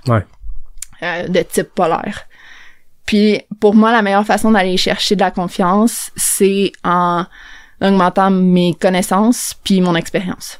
Fait que je me suis dit, quelle meilleure façon de faire ça que de partir toute seule, où j'aurais pas le choix, où j'aurais personne sur qui me reposer ou, tu sais, dire, là, j'y arrive pas, toi, fais-le. Personne derrière qui me cachait. Je suis toute seule, j'ai pas le choix. Un peu me jeter dans le néant, c'était ma façon d'aller chercher cette expérience-là. Donc, c'était ça qui a mené au choix du tour du réservoir Manicouagan. Exactement. Qui a eu beaucoup de visibilité récemment parce que tout ce que Mathieu Blanchard fait attire nécessairement une attention médiatique. Puis il a fait ce tour-là, je pense qu'il y a 2 hivers. Oui. C'est connu comme étant un endroit très reculé, assez hostile. Je pense qu'il n'y a pas d'ours polaire, c'est la bonne nouvelle. Non, c'est ça. Mais ça demeure très hostile. Oui. C'est un tour d'un lac gelé autour de... C'est particulier, là. Je veux dire, ceux qui savent pas de quoi on parle, taper l'œil du Québec ou réservoir Manicouagan sur Google, c'est assez unique comme endroit. Comment s'est arrêté ton choix sur ce tour-là? J'avais entendu parler du réservoir Manicouagan comme une place où beaucoup d'aventuriers vont s'entraîner. Okay. C'est exactement le genre d'expédition que je voulais faire, dans le sens où c'est comme une préparation à quelque chose de plus gros, quoi, je sais pas encore, là. Mais c'est utilisé, là, tu sais, puis c'est bien connu dans le milieu des aventuriers et tout ça. C'est pas une première d'y aller ou quoi que ce soit, mais il y a aussi justement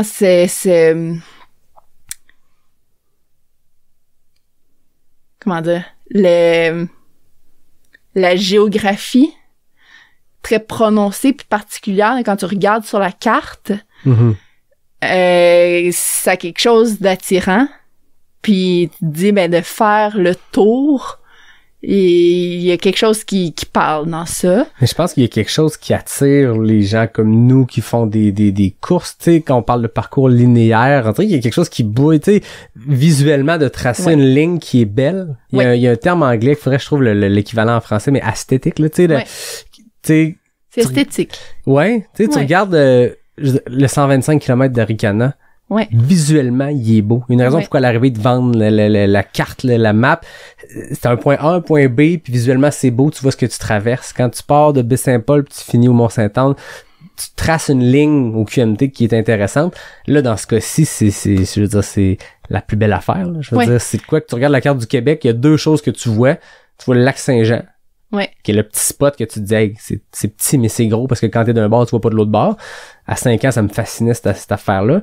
Puis tu vois l'œil du Québec, cette météorite-là, ou en tout cas, ce phénomène géographique-là qui s'est passé avec un barrage qui est venu inonder. Bref, visuellement, c'est magnifique, c'est esthétique. Oui, puis juste le fait qu'on peut voir ça d'une station spatiale, puis qu'il y ait des images de la NASA qui reprennent ce phénomène géographique-là, ben, il y a quelque chose d'attirant. Puis ta trace, c'est carrément la trace que tu vois. Je voyais, quand je suis retourné sur le Wikipédia du réservoir, ils disent que c'est, je sais pas si c'est le seul, mais que la particularité est que l'île sur le lac est plus grosse que le lac. Oui. Dans le sens où, je veux dire, ça a l'air d'une rivière qui tourne en rond, mais au final, c'est une île sur un lac. Ouais. C'est malade. Visuellement, c'est exceptionnel. Puis il y a un encadrement, je comprends, tu sais, tu pars dans le secteur des Monts-Gros, il y a une station qui est là. C'est pas l'endroit le plus touristique, on s'entend, mais t'as un certain support. Ouais. Puis un peu la raison pour laquelle j'ai décidé d'aller faire ça là, c'était pour la facilité de la logistique. Mm-hmm. Parce que je trouvais que je m'en mettais beaucoup sur les épaules de dire, OK, ben là, je vais aller faire ma première grosse expédition hivernale solo.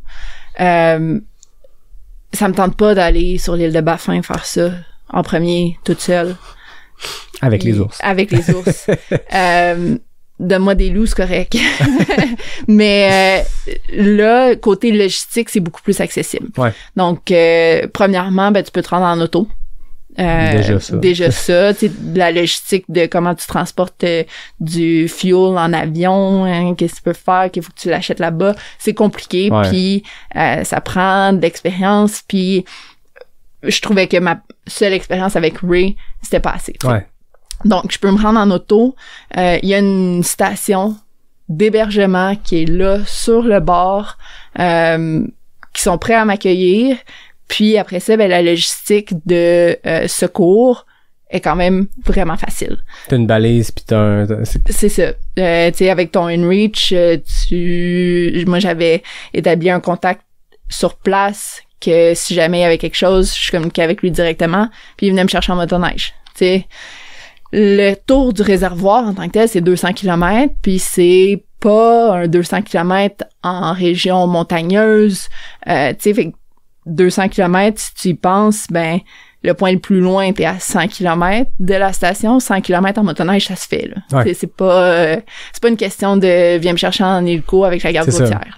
Fait que tu te lances en solo, en autonomie. Exact. Tu te mets dans la marde, pour le dire, pour apprendre, pour te former aussi, pour compléter les compétences sur lesquelles tu veux travailler, mais t'as pas le spectre de pouvoir mourir. Exact. Versus l'île de Baffin où tu dis que t'étais à quelques heures de... Ouais, j'ai jamais senti que ma vie était en danger. Voilà. C'est quand même, c'est le fun d'avoir ça comme élément que tu contrôles à travers tout ça que tu contrôles pas, là. Exactement. Okay. C'est ce que j'essaie de répéter à mes parents aussi, mais des fois, ça passe moins bien. Mais, non, c'est votre faute. On est allé faire le tour du Mont-Blanc quand on était jeune. Là, vous avez semé une graine. C'est votre problème. Exact. Comment ça s'est passé? Ce serait un grand mensonge de dire super bien, il n'y a pas eu de problème, tout a bien été. Mais somme toute, quand même bien. Ouais. J'avais en tête de le faire le plus rapidement possible que moi je pouvais, mais avec toujours le but de faire comme si j'étais en expédition polaire. En vraie expédition, là, en Arctique ou subarctique ou, donc, l'équipement que je traînais, c'était probablement overkill pour le réservoir Manicouagan, mais, je voulais l'essayer dans les mêmes conditions, là, avec un traîneau plus lourd, etc. Mm-hmm. Il y avait une démarche derrière ça. Oui, exact. Le but premier, c'était pas juste de le faire le plus rapidement possible. C'était de me pousser le plus possible. Donc, j'avais planifié un 7 jours. Finalement, je l'ai fait en 6. Mais j'ai travaillé fort pour le rentrer en 6. Les premiers 20 km, j'étais comme, oh mon Dieu, d'après moi, je suis capable de le faire en 4 jours. Ah ouais. Ça a super bien été, là, tu sais, je volais. Puis après ça, j'étais partie de la station Wapishka. Je suis partie en direction nord. J'ai rejoint le bord de l'île. Parce qu'après aussi, moi, mon but, c'était de faire le moins de kilomètres possible. Oui. Fait que... Tu prends le virage de l'intérieur. Oui, c'est ça. J'ai longé la rive, là. C'est la largeur de ce réservoir-là, de la rivière, ça ressemble à quoi? Je pense c'est l'équivalent du fleuve à Québec ou... Ça varie, là. Okay. Mais, ouais, à peu près comme le fleuve. OK, quand même. Ça te prend du temps un peu donc, tu le traverses perpendiculaire à l'île, c'est une bonne ride quand même, là. Oui. OK, c'est pas une rivière. Non, c'est quand même loin, là, de l'autre bord. C'est pas la Jacques-Cartier. Non. Puis, tu sais, il y a des fois où j'étais vraiment à côté sur l'île, puis je voyais pas de l'autre côté, là. OK. C'est un environnement qui est quand même boisé, puis tout ça, là, mais... ouais, je voyais pas nécessairement super bien la rive de l'autre bord. Puis, donc, j'arrive le plus au nord, je commence à virer le coin, direction ouest, et là, la composition là, de la neige sur le réservoir change drastiquement. Ça devient de la neige beaucoup plus profonde, puis ce qui fait en sorte que j'avance beaucoup moins vite. Puis à un moment donné, je rencontre ma première ligne de slush, chose que il y a pas dans le Grand Nord, ni sur le lac Baïkal. Puis phénomène que je comprends pas encore tout à fait comment ça se forme. J'ai des hypothèses du monde qui m'ont dit que dans le fond, c'était en 2024, on se souvient, là, on a eu un hiver un peu plus doux puis un peu plus difficile là, au niveau de du gel des lacs un peu tardif. Puis justement, moi, j'étais en communication avec la station Wapishka, puis jusqu'à 3 jours avant, le lac est-tu gelé? Puis finalement, elle me dit « Oui, c'est bon, le lac est gelé, il y a 2 pieds de glace, tout va bien. » OK, parfait, ça part. Mais ce qui est arrivé, c'est que la glace s'est formée, il y a eu de la neige qui est tombée, le poids de la neige a fait caler la glace, il y a de l'eau qui est rentrée par-dessus, puis là, il y avait une couche d'eau entre la glace en dessous, puis la neige sur le dessus. Ça te ralentit, mais ça colle-tu au ski? Ça... Ouais, c'est ça, tu traînes des sabots en dessous, là. Ouais, j'ai juste le mot en anglais, mais c'est un ordeal, c'est complexe, passer à travers de la slush. Ben oui. Dans le fond, première fois que je passe à travers, je dis OK, je sors le plus vite possible, puis là, t'as l'impression que t'es comme dans un sable mouvement, là. Fait que là, t'essayes de sortir, mais t'avances pas, puis tu sais pas quand est-ce que... Ouais, t'as un traîneau en arrière, tu sais pas quand est-ce que la zone de slush va arrêter, est-ce que je suis mieux de retourner sur mes pas, est-ce que je suis mieux de continuer puis d'avancer parce que le mal est fait. Cette première fois-là, bon, je décide de continuer, finalement, j'arrive sur la terre ferme, puis... je suis comme, OK, je m'en suis sortie. Et là, le traîneau en arrière boque dans la slush. Fait que là, lui, il avance plus. Il n'y a plus rien à faire. Moi, je pense que j'étais assez forte pour tirer. Puis juste, tu sais, ma détermination va le faire avancer. Puis finalement, pas du tout, là. Je suis accroupie, puis j'essaie de tout mon corps de le faire avancer, puis il bouge pas. Je tombe sur mes genoux. Finalement, je me rends à l'évidence que OK, ça marchera pas. Je déclipe mes skis. J'essaye de tirer encore parce que mon système d'harnais, c'est un sac à dos, dans le fond. Fait que ça permet de tirer avec tout le corps, puis pas juste avec les hanches. Fait que j'enlève mes skis, puis là, je plante mes 2 pieds solidement dans la neige. J'essaye de tirer. Ça bouge pas. Fait que là, je me rends à l'évidence, OK, mais j'ai pas le choix. J'enlève mon sac à dos, puis là, je rebrousse chemin, les 2 pieds dans le slush, les 2 pieds bien mouillés maintenant, puis là, j'ouvre mon traîneau, je lance des sacs sur la partie ferme là, de la neige pour l'alléger un peu, puis finalement, je suis capable de le sortir. Et là, je constate les dommages. De un, j'ai les pieds complètement mouillés. En dessous de mon traîneau, c'est une épaisse couche de glace qui s'est formée et qui n'avance plus du tout. Il n'y a plus aucune glisse. Même chose sur mes skis. Puis mes fixations sont complètement prisonnières de la glace. Il n'y a plus rien à faire. Je peux plus remettre mes bottes dans mes skis. Fait que résolution de problème embarque. Je prends mes bâtons, je tape sur le traîneau, je réussis à enlever de la neige en dessous, je réussis à enlever la glace sur le dessous de mes skis. Je sors mon petit couteau de poche, je gratte la glace autour de mes fixations. C'est beau, tout va bien, on repart, 200 mètres plus loin, slush. Fait que, tu sais, tout ça, là, cette déglaçage, opération déglaçage, comme je l'appelais, là, ça dure une demi-heure. Oh my God.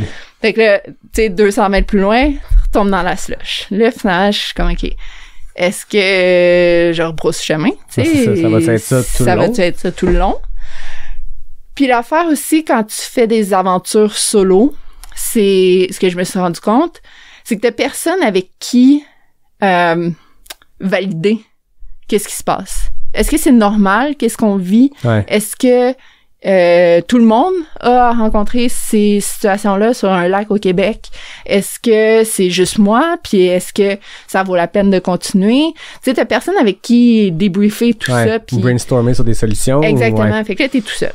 Puis moi, je voulais pas virer de bord pour me faire dire « Ouais, mais Val, tout le monde a ça. Tout le monde rencontre ces conditions-là. T'as juste à passer à travers, puis ça fait partie de la game. Puis t'étais pas prête, voyons donc. Hein? J'étais pas prête à gérer le dialogue interne était loin, là. Ouais, exact. Ce type de conversation-là, je voulais pas l'avoir. Ouais. Fait que j'ai continué. Puis finalement, ouais, c'était probablement, ça variait, là, mais des fois c'était aux 200 mètres, des fois c'était aux 3 km. Okay. Puis j'ai eu de la slush à tous les jours. Oh my God. Mais à un moment donné, tu sais, au jour 3, après ça, tu te dis, ça sert plus à rien de revirer de bord, parce que de toute façon, en fait, c'est même avant le jour 3, là, tu sais, j'étais rendue au point où je me disais, OK, si je revire de bord, je sais qu'il y a de la slush derrière moi, mais c'est wishful thinking, là. Peut-être qu'en avant, il y en a plus. Là. Ouais, c'est ça. Puis là, tu dis qu'il y a eu un changement drastique dans la consistance de la neige quand tu virais à l'ouest, puis qu'à un moment donné, tu vas virer au sud, puis à un moment donné, tu vas virer, tu sais. Ouais, c'est ça. Que ça peut changer. Dis, peut-être que ça va changer, puis peut-être que ça va, c'est juste une petite partie, puis que ça va continuer. Ça a-tu changé? Non. Oups! Ouais. C'était vraiment, tu sais, le premier 20 km, c'est le seul 20 km où il n'y a pas eu de slush. Ah, ouais. Ouais. Ouais. Fait que ça a été 180 km après ça de... Ouais. De slush. Puis là, après ça, l'expérience embarque, puis tu te rends compte, OK, il y a des patterns.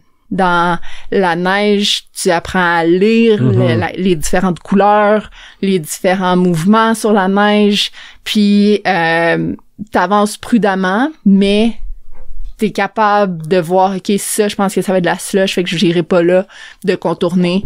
Des fois, c'était des détours de quelques centaines de mètres. Des fois, c'était quelques kilomètres qu'il fallait que je tourne. Des fois, je suivais des belles sections de glace ou de neige fine par-dessus de la glace, où là, ça avançait super bien, mais des fois, elle t'amène pas nécessairement dans la direction exacte où tu veux aller. Mais tu te dis, c'est un gamble que je suis prête à prendre, quitte à me rajouter quelques kilomètres, au moins je sais que j'ai de la belle neige sur cette section-là, puis après ça, on réajustera le parcours. My God. Ouais. Est-ce qu'il y a eu un moment où t'étais sur le bord de sortir l'N-Reach? Parce que tu le dis, il y a eu dialogue interne, puis plein de moments où tu te dis, je vais revirer de bord, puis on le sait, là, imaginez tout le monde qui écoute, qui ont déjà fait une course de trail qui est un peu plus longue que prévu, qui est un peu plus pénible que prévu. Le dialogue interne, il est long. Ça dure 8 heures, je dis n'importe quoi. Dans ce cas-ci, c'est 6 jours. Sont normales, ces creux-là, mais y a-tu un moment où t'as le doigt sur l'N-Reach pis t'es comme, OK, là, je suis plus capable? Presque, mais c'est ça la beauté aussi de faire des aventures qui sont pas organisées, où c'est quand même si oui, la motoneige est pas loin puis c'est pas trop compliqué, mais c'est quand même, ça te tente pas de peser sur le N-Reach. Puis c'est comme plus difficile d'arrêter ces projets-là que même des projets l'été où tu sors sur des routes ou peu importe. Fait que, est-ce que j'ai vraiment pensé à dire OK, là c'est assez? Non, mais j'ai passé proche. Okay. J'ai passé proche parce que suite à ma première expérience dans la slush, la première journée, où j'ai vraiment forcé fort pour essayer de sortir le traîneau, après ça, le lendemain matin, je me suis réveillée dans la tente, puis j'étais pas capable de bouger ma tête. Ultimement, c'était des vertèbres cervicales qui étaient un peu déplacées. Mais à ce moment-là, moi, je pensais que c'était juste, je m'étais tiré des muscles, puis tout va bien, là, tu sais. Puis c'est là aussi où la différence entre est-ce que c'est une blessure ou est-ce que c'est juste que j'ai un peu mal, ben, en course de trail traditionnelle dans un événement, tu te rends au prochain ravito, t'as un doute, tu peux arrêter. Ouais. Là, t'as un doute, garde le doute longtemps parce que tu veux pas nécessairement peser sur le InReach parce que t'as juste un petit torticolis, tu sais, puis tu te dis ça va passer. Fait que finalement, ben, je me réveille cette journée-là, je suis pas capable de garder ma tête levée. Comme elle ne se tient plus toute seule. OK. Elle penche par en avant, puis je suis pas capable de remonter la tête. Fait que je fais mes affaires, je défais mon campement le matin, je m'habille, puis je pars skier, puis je regarde directement à mes pieds. Je suis pas capable de regarder en avant de moi. Pour regarder où est-ce que je vais, faut que physiquement je prenne mes 2 poings, là, mes 2 mains, je les mette sur mon front, puis que je lève ma tête pour voir je m'en vais où. Ouais. OK, parfait, je suis sur la bonne direction, on repart, je rebaisse la tête, je fais une coupe de pas comme ça, puis ça a duré tout le long, parce que les vertèbres se sont pas replacées toutes seules. Ouais. La douleur s'est amplifiée à chaque jour, au point où je pouvais plus skier avec mes bretelles de sac à dos sur mes épaules. Il a fallu que je les enlève puis que je tire seulement avec ma sangle des hanches. Fait que tu compenses d'une autre façon puis t'amènes d'autres enjeux. Ouais, ben après ça, à cause de seulement juste la sangle aux hanches, j'ai eu une hernie qui s'est formée, là, fait que à cause de trop de pression à ce niveau-là. Finalement, elle s'est résorbée toute seule, là, mais c'est beaucoup d'enjeux physiques qui se sont développés au cours de ces 6 jours-là. Mais la détermination de continuer était encore là, puis jusqu'à la dernière journée où la douleur au cou était tellement présente, je faisais un 2 à 3 minutes, puis après ça, je prenais une pause de 15 secondes où je m'arrêtais puis j'accotais ma tête sur mes bâtons pour juste enlever la pression, me parler, recentrer, OK, on repart. Je faisais ça aux 2-3 minutes. Beaucoup de cycles de 2-3 minutes. Ouais. Puis, aïe, aïe. Ouais. Fait que je le recommande pas nécessairement, là. C'est pas ceci n'est pas un cours sur comment faire une expédition t'avais un bagage là, aussi, dans le sens que il y a ça qui a dû jouer. T'allais là aussi pour te former, t'auto-former, te mettre dans un contexte, dans des conditions pour être solo puis devoir te démerder. Ouais. Au terme de ça, tu l'as complété, mission accomplie, mais est-ce que l'objectif initial qui était d'aller te former, t'auto-former, est-ce que c'est mission accomplie? Ouais, absolument. Ouais. Jusque dans les petits détails là, de qu'est-ce qu'il faut que je garde sur moi en tout temps pour pas que ça gèle. Ouais. Qu'est-ce que je peux me permettre de garder dans le sac puis je vais le réchauffer plus tard. Comment fort faut que je ferme mes bonbonnes de gaz au début de l'expédition compte tenu que après 6 jours, t'as moins de dextérité dans les mains puis peut-être qu'ils vont être plus difficiles à ouvrir puis peut-être que c'est ça. Le risque de que le gaz coule. Ouais. est peut-être moins important que le risque de pas être capable d'ouvrir ta bonbonne. Quand même. Fait que tu sais, c'est tous des petits mini-apprentissages auxquels on pense pas nécessairement d'emblée, mais quand t'es tout seul face à ces défis-là, ben là, t'as pas le choix de t'en rendre compte rapidement. C'est clair. Ouais. Accessoirement, t'es devenue la première femme. Je dis accessoirement parce que c'est comme un bonus sur tout ça. T'es devenue la première femme à compléter le tour de la réserve Manicouagan en solo, en autonomie. Oui. C'est quand même fou. Ouais. Mais il y a beaucoup de femmes qui le font. Oui, mais exact. En groupe. Mais en solo, en autonomie. Ouais. Est-ce qu'il y a un côté fierté qui s'installe aussi avec ça? Non. Non? Dans le sens où le but premier, c'était pas du tout ça. Puis tu l'as bien dit, c'était vraiment accessoirement, rendu au bout de ça, tu as su que c'était ça. Surtout parce que c'est pas... Tu sais, le réservoir, justement, il y en a beaucoup de monde qui le font, puis je sais pas pourquoi il y a pas d'autres femmes qui l'ont fait, puis c'est probablement juste parce que l'opportunité s'est pas présentée à eux d'aller le faire, parce qu'ils ont choisi d'autres projets. Ouais. mais ouais, c'est pas une immense fierté le fait d'être la première femme à l'avoir fait. Juste le fait de l'avoir faite seule en étant femme, c'est assez. Pour toi, pour ce que ça t'a amené. Ouais. Je me permets quand même de te féliciter parce que je pense que dans ce monde-là, je t'écoute parler, je comprends que dans le monde de l'expédition, dans le monde des expéditions hivernales, le réservoir Manicouagan, c'est pas à traverser du lac Baïkal. Mais pour les Moldus, pour ceux qui connaissent moins ça, c'est vraiment impressionnant. Peu importe combien de monde le font par année, ça reste une mini portion de la population qui le fait, puis qui se met dans ce contexte-là, puis qui réussit à le faire. Ouais. Très impressionnant. Ça a été ton défi hivernal. Oui. À ça, c'est greffé un défi estival dans la même année. Comment on revient du Tour de Manicouagan, puis qu'on se dit, OK, go, je m'en vais faire la East Coast Trail à Terre-Neuve? L'année d'avant, 2023, l'été, j'avais fait ma première tentative sur la East Coast Trail. Donc, c'était un projet qui s'est terminé en DNF et qui restait amèrement dans ma mémoire. Puis, c'était sûr que j'allais retourner puis retenter. Après le réservoir Manicouagan, les enjeux de santé, justement, ont pris du temps avant de se régler.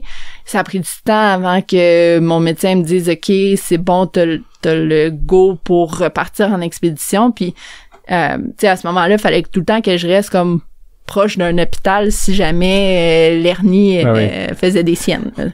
Donc, dès que tout ça s'est résorbé, là, j'ai recommencé à penser à la East Coast Trail. Ultimement, je pense que c'est peut-être un mois et demi avant de partir. Ah ouais, OK. Ouais. Mais, tu sais, dans la vie, j'essaie de garder... Je me mets des projets, je me mets des objectifs, puis c'est ça qui dicte un peu qu'est-ce que je fais comme entraînement. Mais je m'entraîne pas pendant 1 an avec en tête la East Coast Trail. C'est trop lointain, puis c'est trop difficile pour moi de garder ça. Trop de pression pour une seule affaire. Exactement. Okay. Donc, mon but dans la vie, c'est juste de m'entraîner pour que dans 1 mois, je dise, je vais aller faire la East Coast Trail, parfait, j'y vais. Ou Ray lève le téléphone, fait hey, c'est ça. On s'en va traverser telle île. Exact. Je comprends. Toujours être prête. Traverser Death Valley avec moi, OK. Voilà. Ouais. Fait que c'est ça. Je suis tout le temps prêt. En fait, mon entraînement n'est que préparation pour quand Ray appelle. C'est juste ça. Ouais. La East Coast... Voyons, pardon, c'est sec. Oui. Je reprends ma phrase. La East Coast Trail, on avait vu Charlotte Levasseur-Paquin établir un FKT en autonomie, je pense en 2023 aussi, sur la portion sud, qui est une traversée de 200 quelques kilomètres. Là, dans ton cas, c'est la traversée de l'intégrale, fait que c'est ce sentier-là au complet. C'est 302 kilomètres. Ouais. Comment c'est venu sur ton radar la première fois, puis ensuite la deuxième tentative? Comment t'as décidé que c'est là que je m'en vais tenter une longue traversée? La première fois, en fait, c'est Cathy, la femme de Ray, qui vient de cette région-là, la région de la péninsule Avalon. Et elle m'en avait parlé. Elle dit c'est vraiment cool. Ça avait un peu cheminé. Elle m'avait pas parlé là, de la East Coast Trail, mais juste qu'il y avait des belles trails dans son coin, puis c'est là qu'elle allait courir quand elle allait visiter de la famille, etc. Fait que là, j'avais fait un peu de recherche, me cherchais un projet pour cet été-là, puis c'est quand même facile à trouver là, quand tu fais une recherche trail running Newfoundland. Oui. C'est une traversée assez mythique, je pense, là-bas. C'est une longue traversée. Déjà en partant, on parlait tantôt du côté la trace est belle, il y a un côté esthétique à traverser d'un point to point. Tu coches toutes ces cases-là. Là. Oui, puis tu sais, c'est vraiment en bordure de la mer tout le long. T'es presque exclusivement entre la route et la mer. Tu peux pas avoir plus beau comme tracé d'un sentier. C'est un genre de sentier des Caps, mais sur 300 km au lieu de 40. Exactement. Au lieu d'être le fleuve, c'est la mer. C'est ça. OK. Ouais. C'est comme un sentier des Caps boosté. Ouais, c'est ça. Ouais. Sentier des Caps, c'est stéroïde. C'est ça. Voilà. Exactement. Donc, j'avais pensé, j'avais le goût de faire un projet de course en trail, mais tu sais, on avait parlé du Mona to Mona, de la course par étapes. Là, j'avais le goût de me créer mes propres étapes. Ouais. Et de le faire comme moi, je voulais, de mettre mes propres balises, de mettre mes propres... décider de la caractéristique que le projet pouvait pas se restreindre à ce que la course offre. Exactement. Voilà. Exact. Donc, j'avais regardé sur le site de FKT, puis j'avais vu plusieurs entrées pour la partie sud puis pour la partie nord, mais personne qui avait relié les deux pour le site de FKT, parce que c'est un sentier, une grande traversée qui est très populaire. On va le mettre entre guillemets, là, parce que ça reste quand même à Terre-Neuve. Il y a peut-être une centaine de personnes qui l'en font par année. Mais quand même, c'est pas du jamais vu. C'est pas, non, pas quelque chose de toute pièce. C'est quoi qui existe, mais jamais personne l'avait tenté en mode FKT de relier les deux points. C'est ça. Il y a du monde qui l'ont fait en fast-pack, mais avec sans nécessairement s'accoter sur les règles du FKT. Ouais. Puis moi, j'ai décidé de me baser là-dessus pour un peu dicter comment j'allais organiser mon périple, puis de dire, OK, ben, est-ce que ça me tente d'être en full supported avec un crew qui est là à chaque intersection? Non, pas du tout. Mais ça me tente pas non plus d'y aller dans le full supported. J'ai le goût, tu sais, de pouvoir aller manger un fish and chips quand ça me tente. Là. Oui, puis c'est rare qu'on voit des FKT supported, la catégorie plein support sur de la très, très, très, très longue distance, sur du multijour. Il y en a qui le font, là, mais c'est plutôt rare. On voit surtout le self-supported, qui est une forme d'autonomie, on s'entend. Ouais. Ceux qui ont écouté mes épisodes avec Charlotte Levasseur, on en parle abondamment de les règles, mais bref, les règles, c'est t'as pas le droit d'avoir d'aide externe d'êtres humains qui sont planifiés à un croisement qui t'attendent, un crew. Exact. Mais tu peux t'envoyer des boîtes selon le type de sentier, il y en a qui permettent l'envoi des boîtes, comme c'est le cas sur le SIA. Tu peux, comme tu dis, arrêter quand tu croises un village au dépanneur, t'acheter ce que tu veux. Ouais. Faut juste pas que la personne que tu croises, c'était prévu dans une conversation Teams ou Messenger, de dire attends-moi à 14h à tel endroit pour quelque chose. Exact. T'es en autonomie, supporté par les éléments qui existent. Exact. C'est toute aide commercialement disponible à n'importe qui voudrait aller reproduire ce que tu as fait pourrait le faire. Exact. Puis c'est beaucoup moins de logistique aussi que d'avoir un crew qui est là. Surtout sur 302 km. Ouais, exact. C'est une bonne logistique. Exact. Fait que ben c'est ça. En 2023, j'avais essayé, pas du tout prête pour le faire. Il me manquait beaucoup d'heures d'entraînement pour être capable de gérer les éléments. Mais c'est surtout une mauvaise planification. Okay. Je suis allée au mois de juin, alors qu'on va pas à Terre-Neuve au mois de juin. Moi, je savais pas.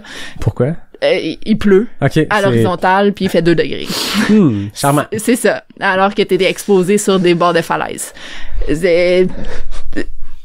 Tu pourrais être intéressé à y aller. Ça peut faire partie du trip. Faut être mieux préparé que ce que moi j'étais prête à faire à ce moment-là. Fait que très sereinement, j'ai décidé, là, c'est assez. J'ai repris l'avion puis je suis revenue à la maison. mais avec en tête que je referais en 2024. Donc, à quel mois de juillet. OK. Beaucoup mieux. Changement de température complet. 180. Le jour et la nuit. Ouais. Je suis partie la première journée avec une petite fine pluie. Je me suis dit, OK, qu'est-ce que ça va donner? Finalement, à la fin de la première journée, il a arrêté de pleuvoir et il a plus replu pour le reste de la semaine. Ce qui a amené son autre lot de difficultés. Tous les ruisseaux sur lesquels je me basais pour m'approvisionner en eau étaient complètement asséchés. Donc, j'ai eu beaucoup de déshydratation, 30 degrés, gros soleil, exposé, pas d'ombre. Pas d'eau. Pas d'eau. C'est ça. Il y a eu des beaux défis à ce niveau-là aussi. Complètement l'opposé de l'expédition de réservoir Manicouagan. Oui. Tu as vécu les deux extrêmes. Oui. Exact. Ça nourrit le coffre à outils en masse. C'est ça. Mais c'est ça que j'aime, tu sais, c'est les extrêmes aussi. C'est autant d'aller au désert d'Atacama, qui est un peu en altitude, qui est le désert le plus sec. C'est du compte pas l'Antarctique, là. que d'aller dans du très froid. Là. Ouais. Ben, Ray en a fait un peu sa signature aussi. Tant qu'à aller dans Death Valley, on va y aller dans le mois le plus chaud. Exact. Tant qu'à aller en Arctique, on va y aller quand il fait le plus froid. T'sais. Ouais. Pourquoi se donner des chances quand on peut y aller à l'extrême? Oui, c'est ça. Puis après ça, il n'y a plus personne qui va te dire « Ah oui, mais t'es allé quand il faisait exactement, chaud. » mais Death Valley en janvier, c'est facile. Non, mais gars, je suis allé en juillet, fait que... Ouais. Voilà, fin de la discussion. Voilà, on close la discussion. Ouais. Mais... ouais, c'est ça, je me souviens plus où on était rendu, mais oui, il a fait très chaud. Puis pas d'eau. C'est quand même très sauvage comme environnement. Autant que les sections, la East Coast Trail, c'est des sections de sentiers qui sont entre 3,5 km et 32 km, qui sont tous reliés par des villages. Okay. Donc, c'est des communautés, puis à chaque fin de section de trail, tu fais un 2 à 8 km sur l'asphalte pour reprendre la trail de l'autre bord, puis aller relier le prochain village. Je comprends. Donc, il y a souvent accès à se ravitailler, sauf dans les longues sections où il y en a pas. Puis, on s'entend, une communauté à Terre-Neuve, des fois, c'est 3 maisons. C'est pas un dépanneur avec de l'eau, là. Non, c'est ça.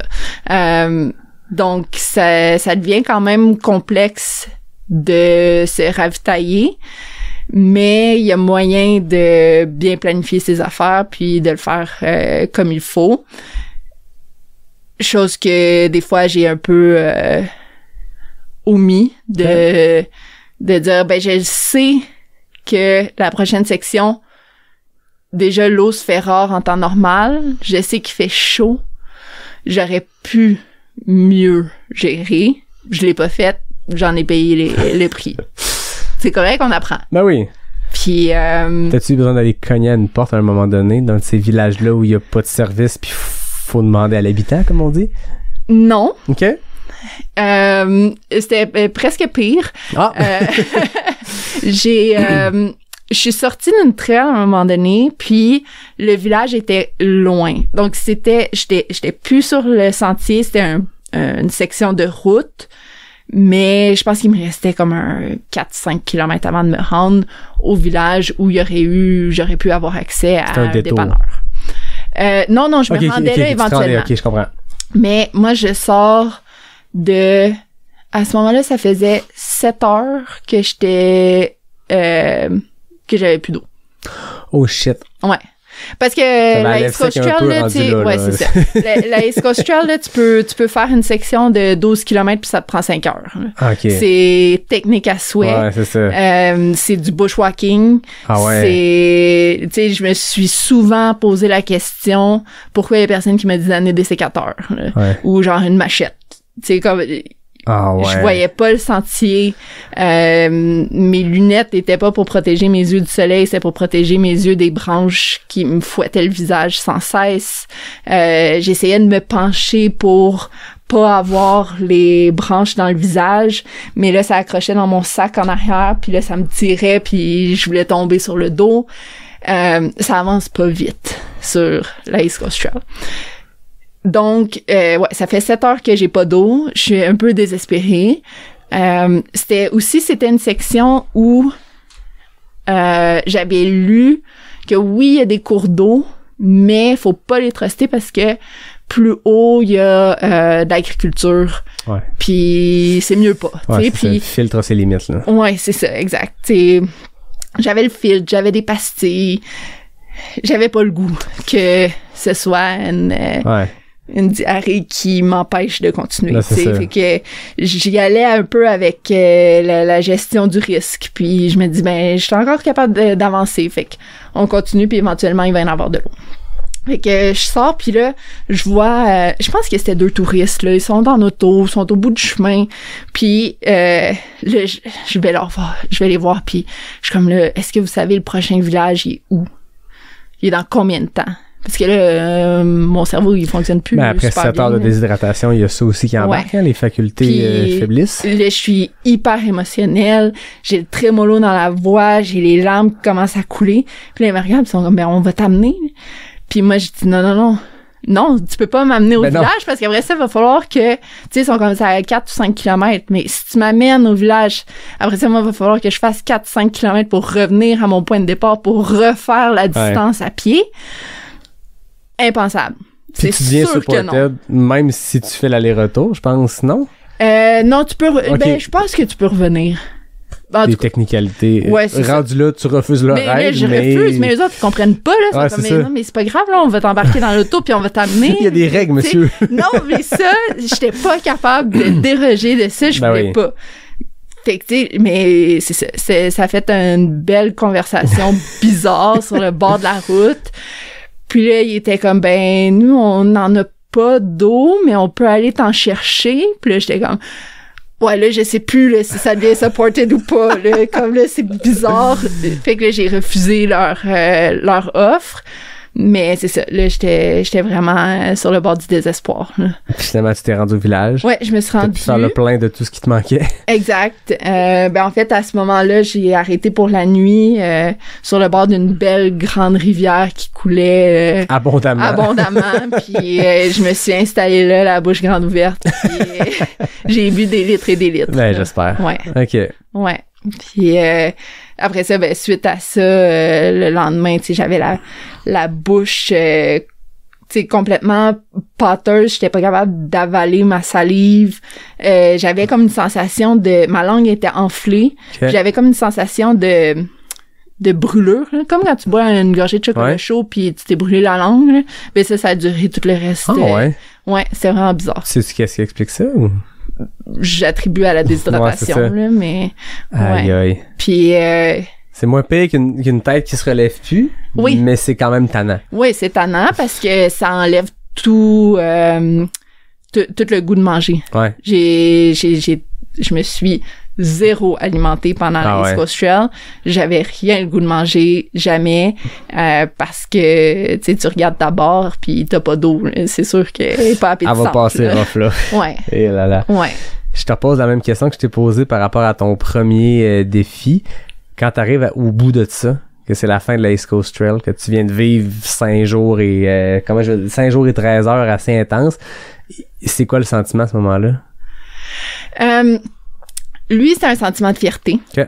Absolument, parce que je m'étais donné un objectif, j'avais pas réussi la première année, pour moi, c'était le courage de retenter le même défi. J'étais vraiment fière juste d'avoir réussi à retenter le coup. Ouais.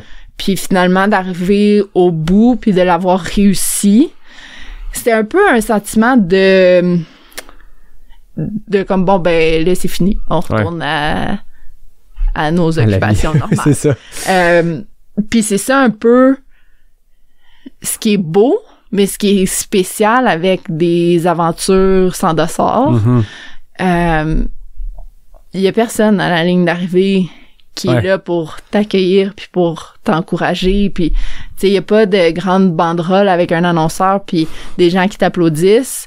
Tu sais, je me souviens, j'étais arrivée, ça finit sur une plage. Puis il y a plein de familles qui sont là, qui se font des barbecues, des enfants dans l'eau, puis moi j'arrive, je suis comme hyper émotionnelle, je suis en train de pleurer, puis il y a personne qui me regarde puis qui sait qu'est-ce que je fais là, puis je suis juste, tu sais, je m'assois sur mon petit banc de parc, puis là je vis toutes mes émotions, mais je les vis complètement toute seule.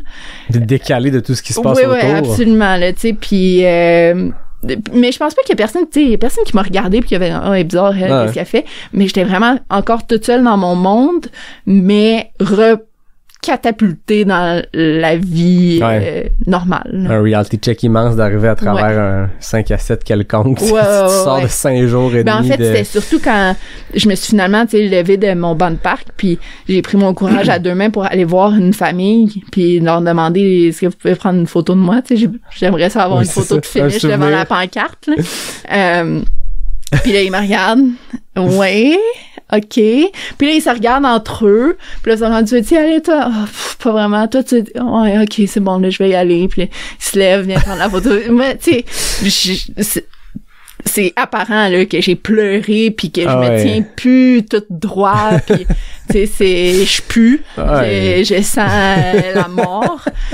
Puis c'est ça, mais ça me prend ma photo à la fin, fait que c'est ça, je vais demander qu'ils prennent une photo, puis après ça je remonte les marches jusqu'au stationnement où j'ai un lift qui m'attend pour me ramener au Airbnb, puis je commande une poutine au food truck qui est là, puis la vie reprend. Ouais, ça se finit exactement comme ça. Il y a un reality check immense de c'est ça, t'as pas le côté glamour, c'est pas le bon terme, mais le côté célébratif, disons, d'une arrivée puis de sentiment de communauté. T'sais, on aime ça, la fin d'une course organisée, parce que non seulement il y a l'accomplissement, tout ce que tu viens de vivre, tu peux le vivre aussi dans ce genre de projet-là, mais t'es pas tout seul à le vivre, tu peux relate avec d'autres mondes, tu jases, là, c'est ça. Puis tu sais, t'as beau revenir à la maison puis en parler avec tes amis proches, ta famille, mais il y a personne qui sait exactement qu'est-ce que t'as vécu. Mais ça a son petit côté presque romantique, tu sais, de dire ben c'est juste moi qui sais qu'est-ce qui s'est passé, tu sais. Ouais. J'ai beau essayer de l'écrire, d'essayer de le partager du mieux que je peux, mais il y a personne qui le sait, puis ça m'appartient. Exact. Puis c'est le fun. C'est ça. Ouais. C'est ça, j'allais dire, ça doit être le fun de... Ouais. Je tiens à le mentionner, t'as été nominé pour 3 Racines d'or pour ces projets-là qu'on vient de raconter. T'as été l'aventure sans dossard pour la East Coast Trail, le projet hors sentier pour le réservoir, puis t'as un récit aussi parce que t'écris sur j'adore le nom de ton blog, Val Says It's Nap Time. Ouais. T'aimes écrire, t'aimes raconter ce que tu peux vivre. Ouais. C'est quoi la dimension que ça ajoute à tes aventures de les vivre, de les accomplir, puis d'ensuite les raconter, parce que je tiens à le mentionner, je te dis pas ça parce que t'es là, t'auras une belle plume, c'est le fun à lire, c'est intéressant. Qu'est-ce que ça amène de plus à ta pratique du sport? Pour moi, c'est vraiment une façon de repasser mon expérience, mon aventure, l'expédition, puis de la digérer. Mm-hmm.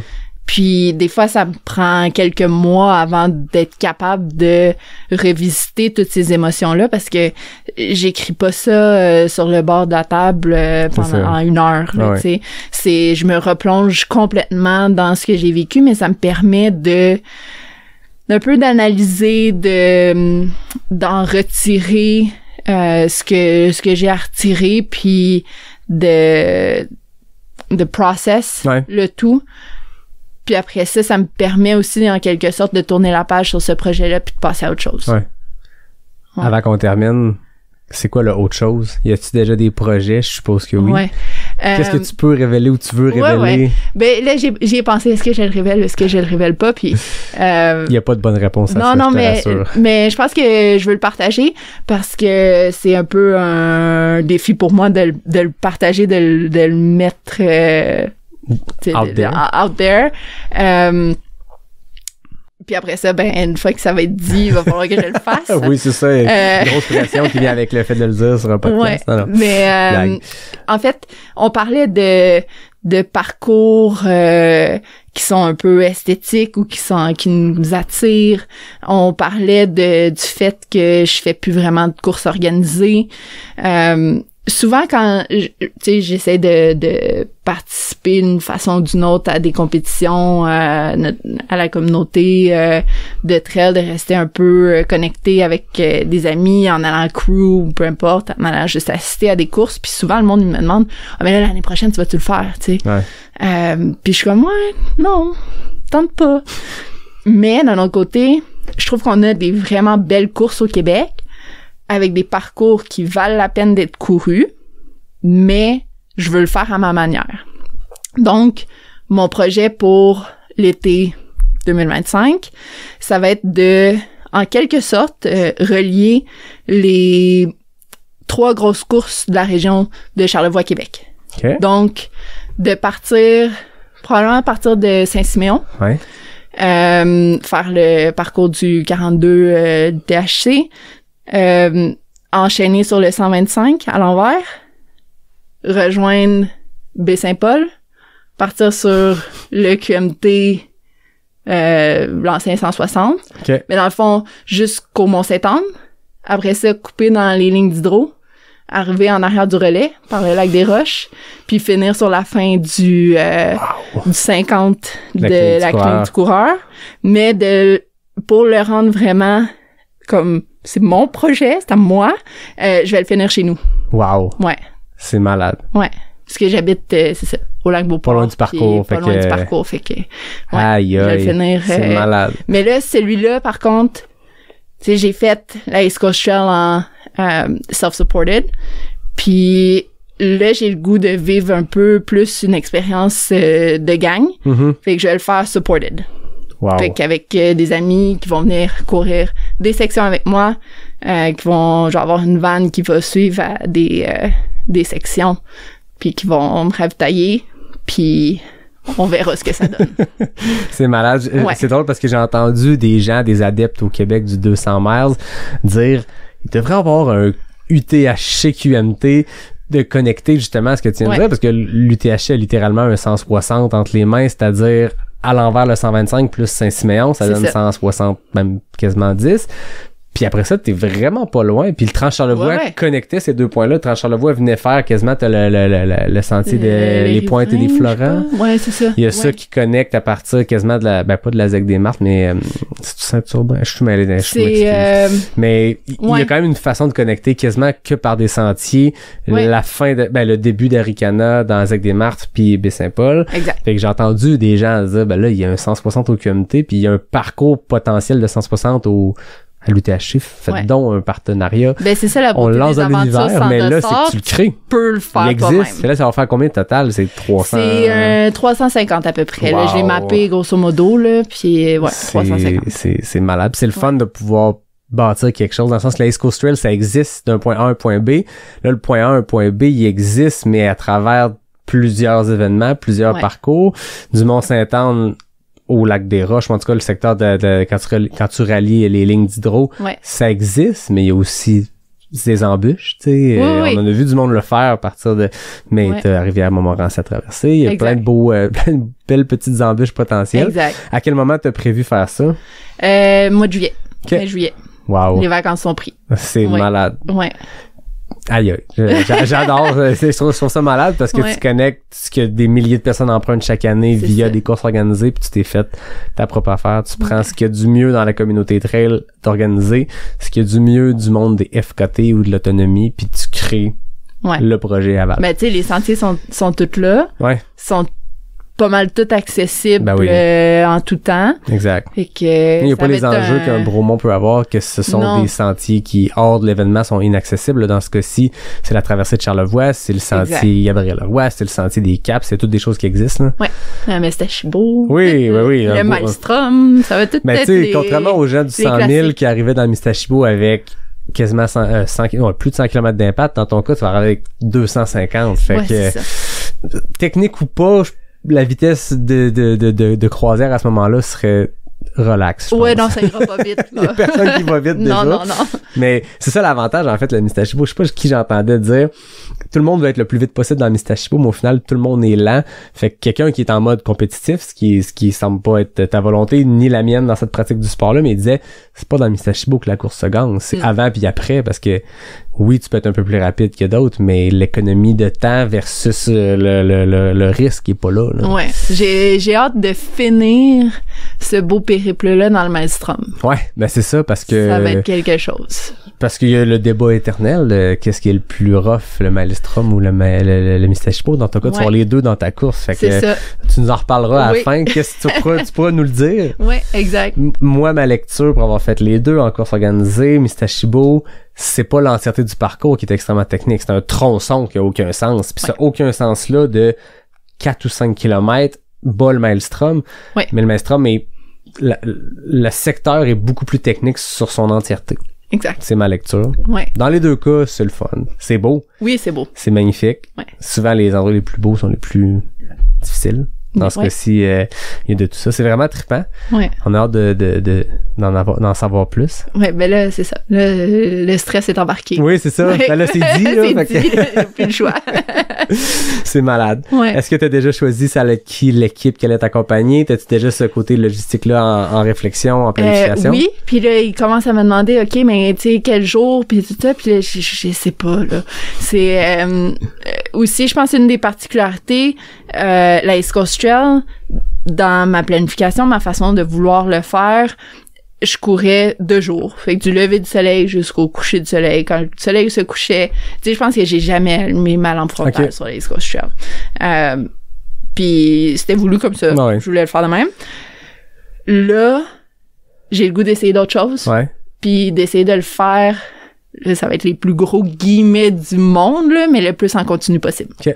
Donc, pas de 8 heures de sommeil. Okay. Non, je vais essayer pas de planification nécessairement dans les heures de sommeil, des petites siestes à gauche, à droite, d'essayer ça. On va voir. Le but, c'est d'expérimenter des affaires différentes. On se lance dans l'inconnu. Ouais, exact.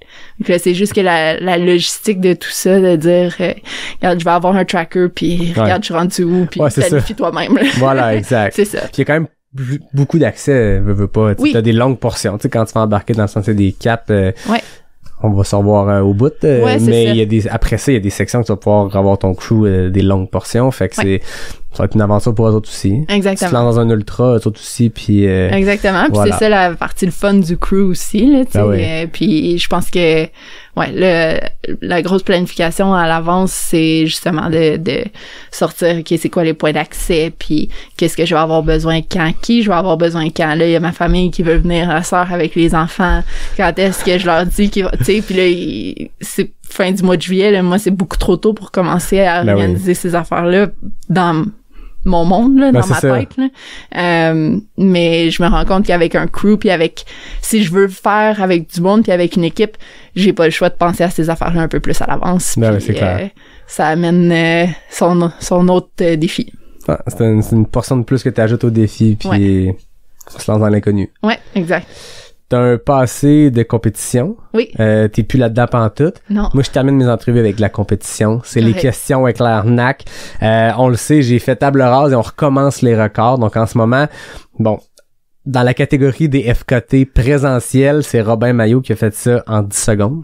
Fait que 10 questions, 10 secondes, la barre est haute.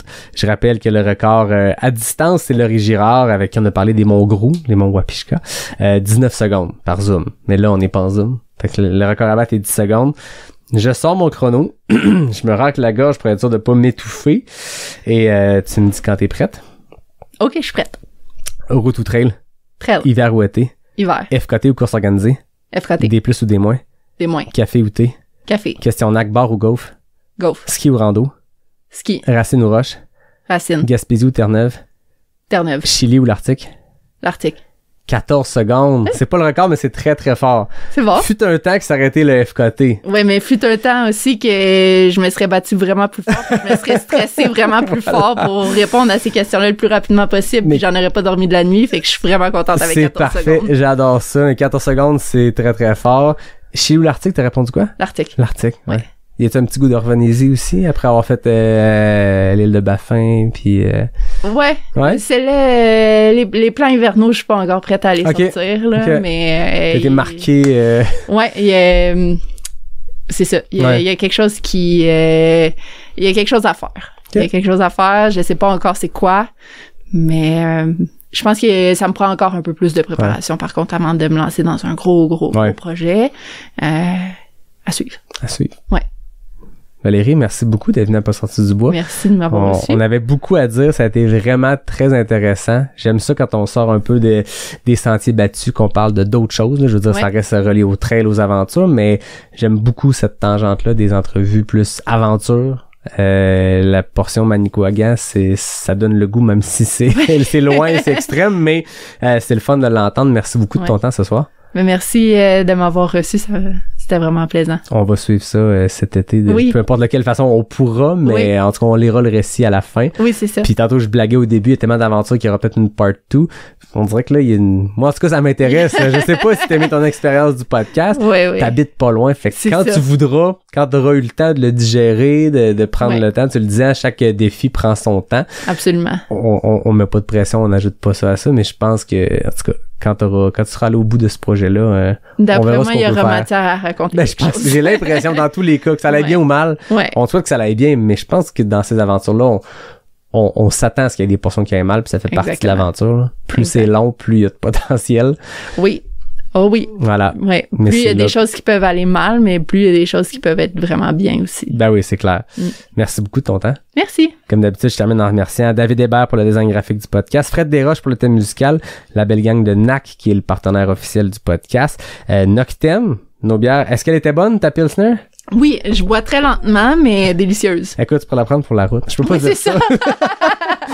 Mais j'habite pas loin, là. Non, c'est ça. Tu peux marcher jusque-là. T'es capable de faire des petits bouts quand même, je pense, après ton expérience. Je remercie aussi Mox Mocktail et Café Charlevoix qui sont les partenaires du podcast. Et je vous dis à bientôt pour un prochain épisode de Pas sorti du bois, le podcast 100% Trail.